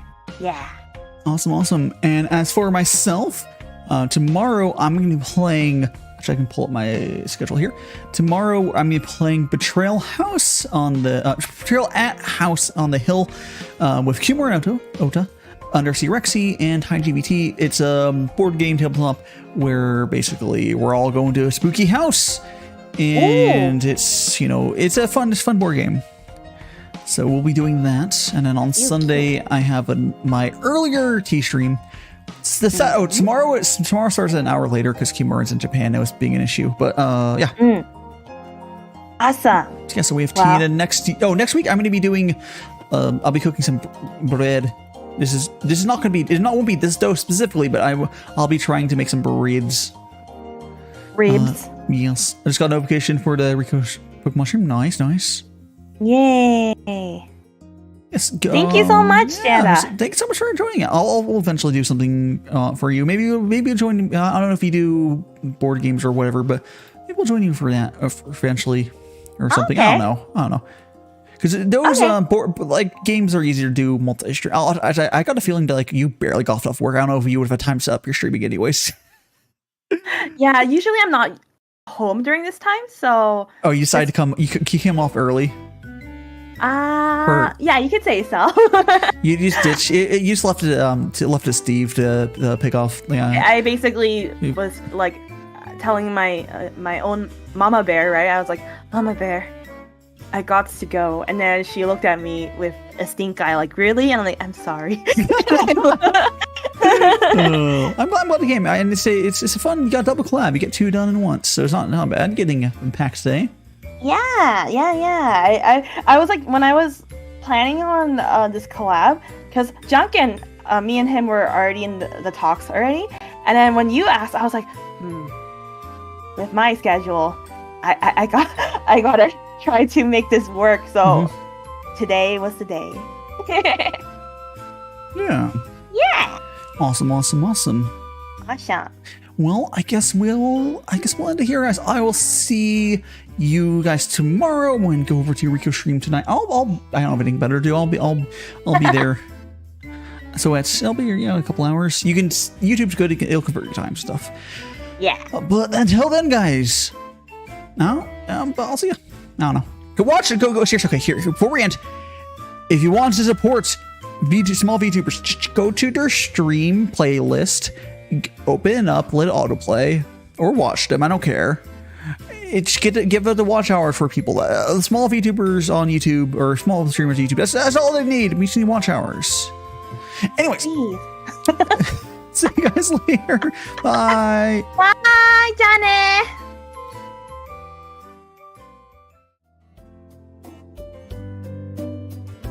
Mm-hmm.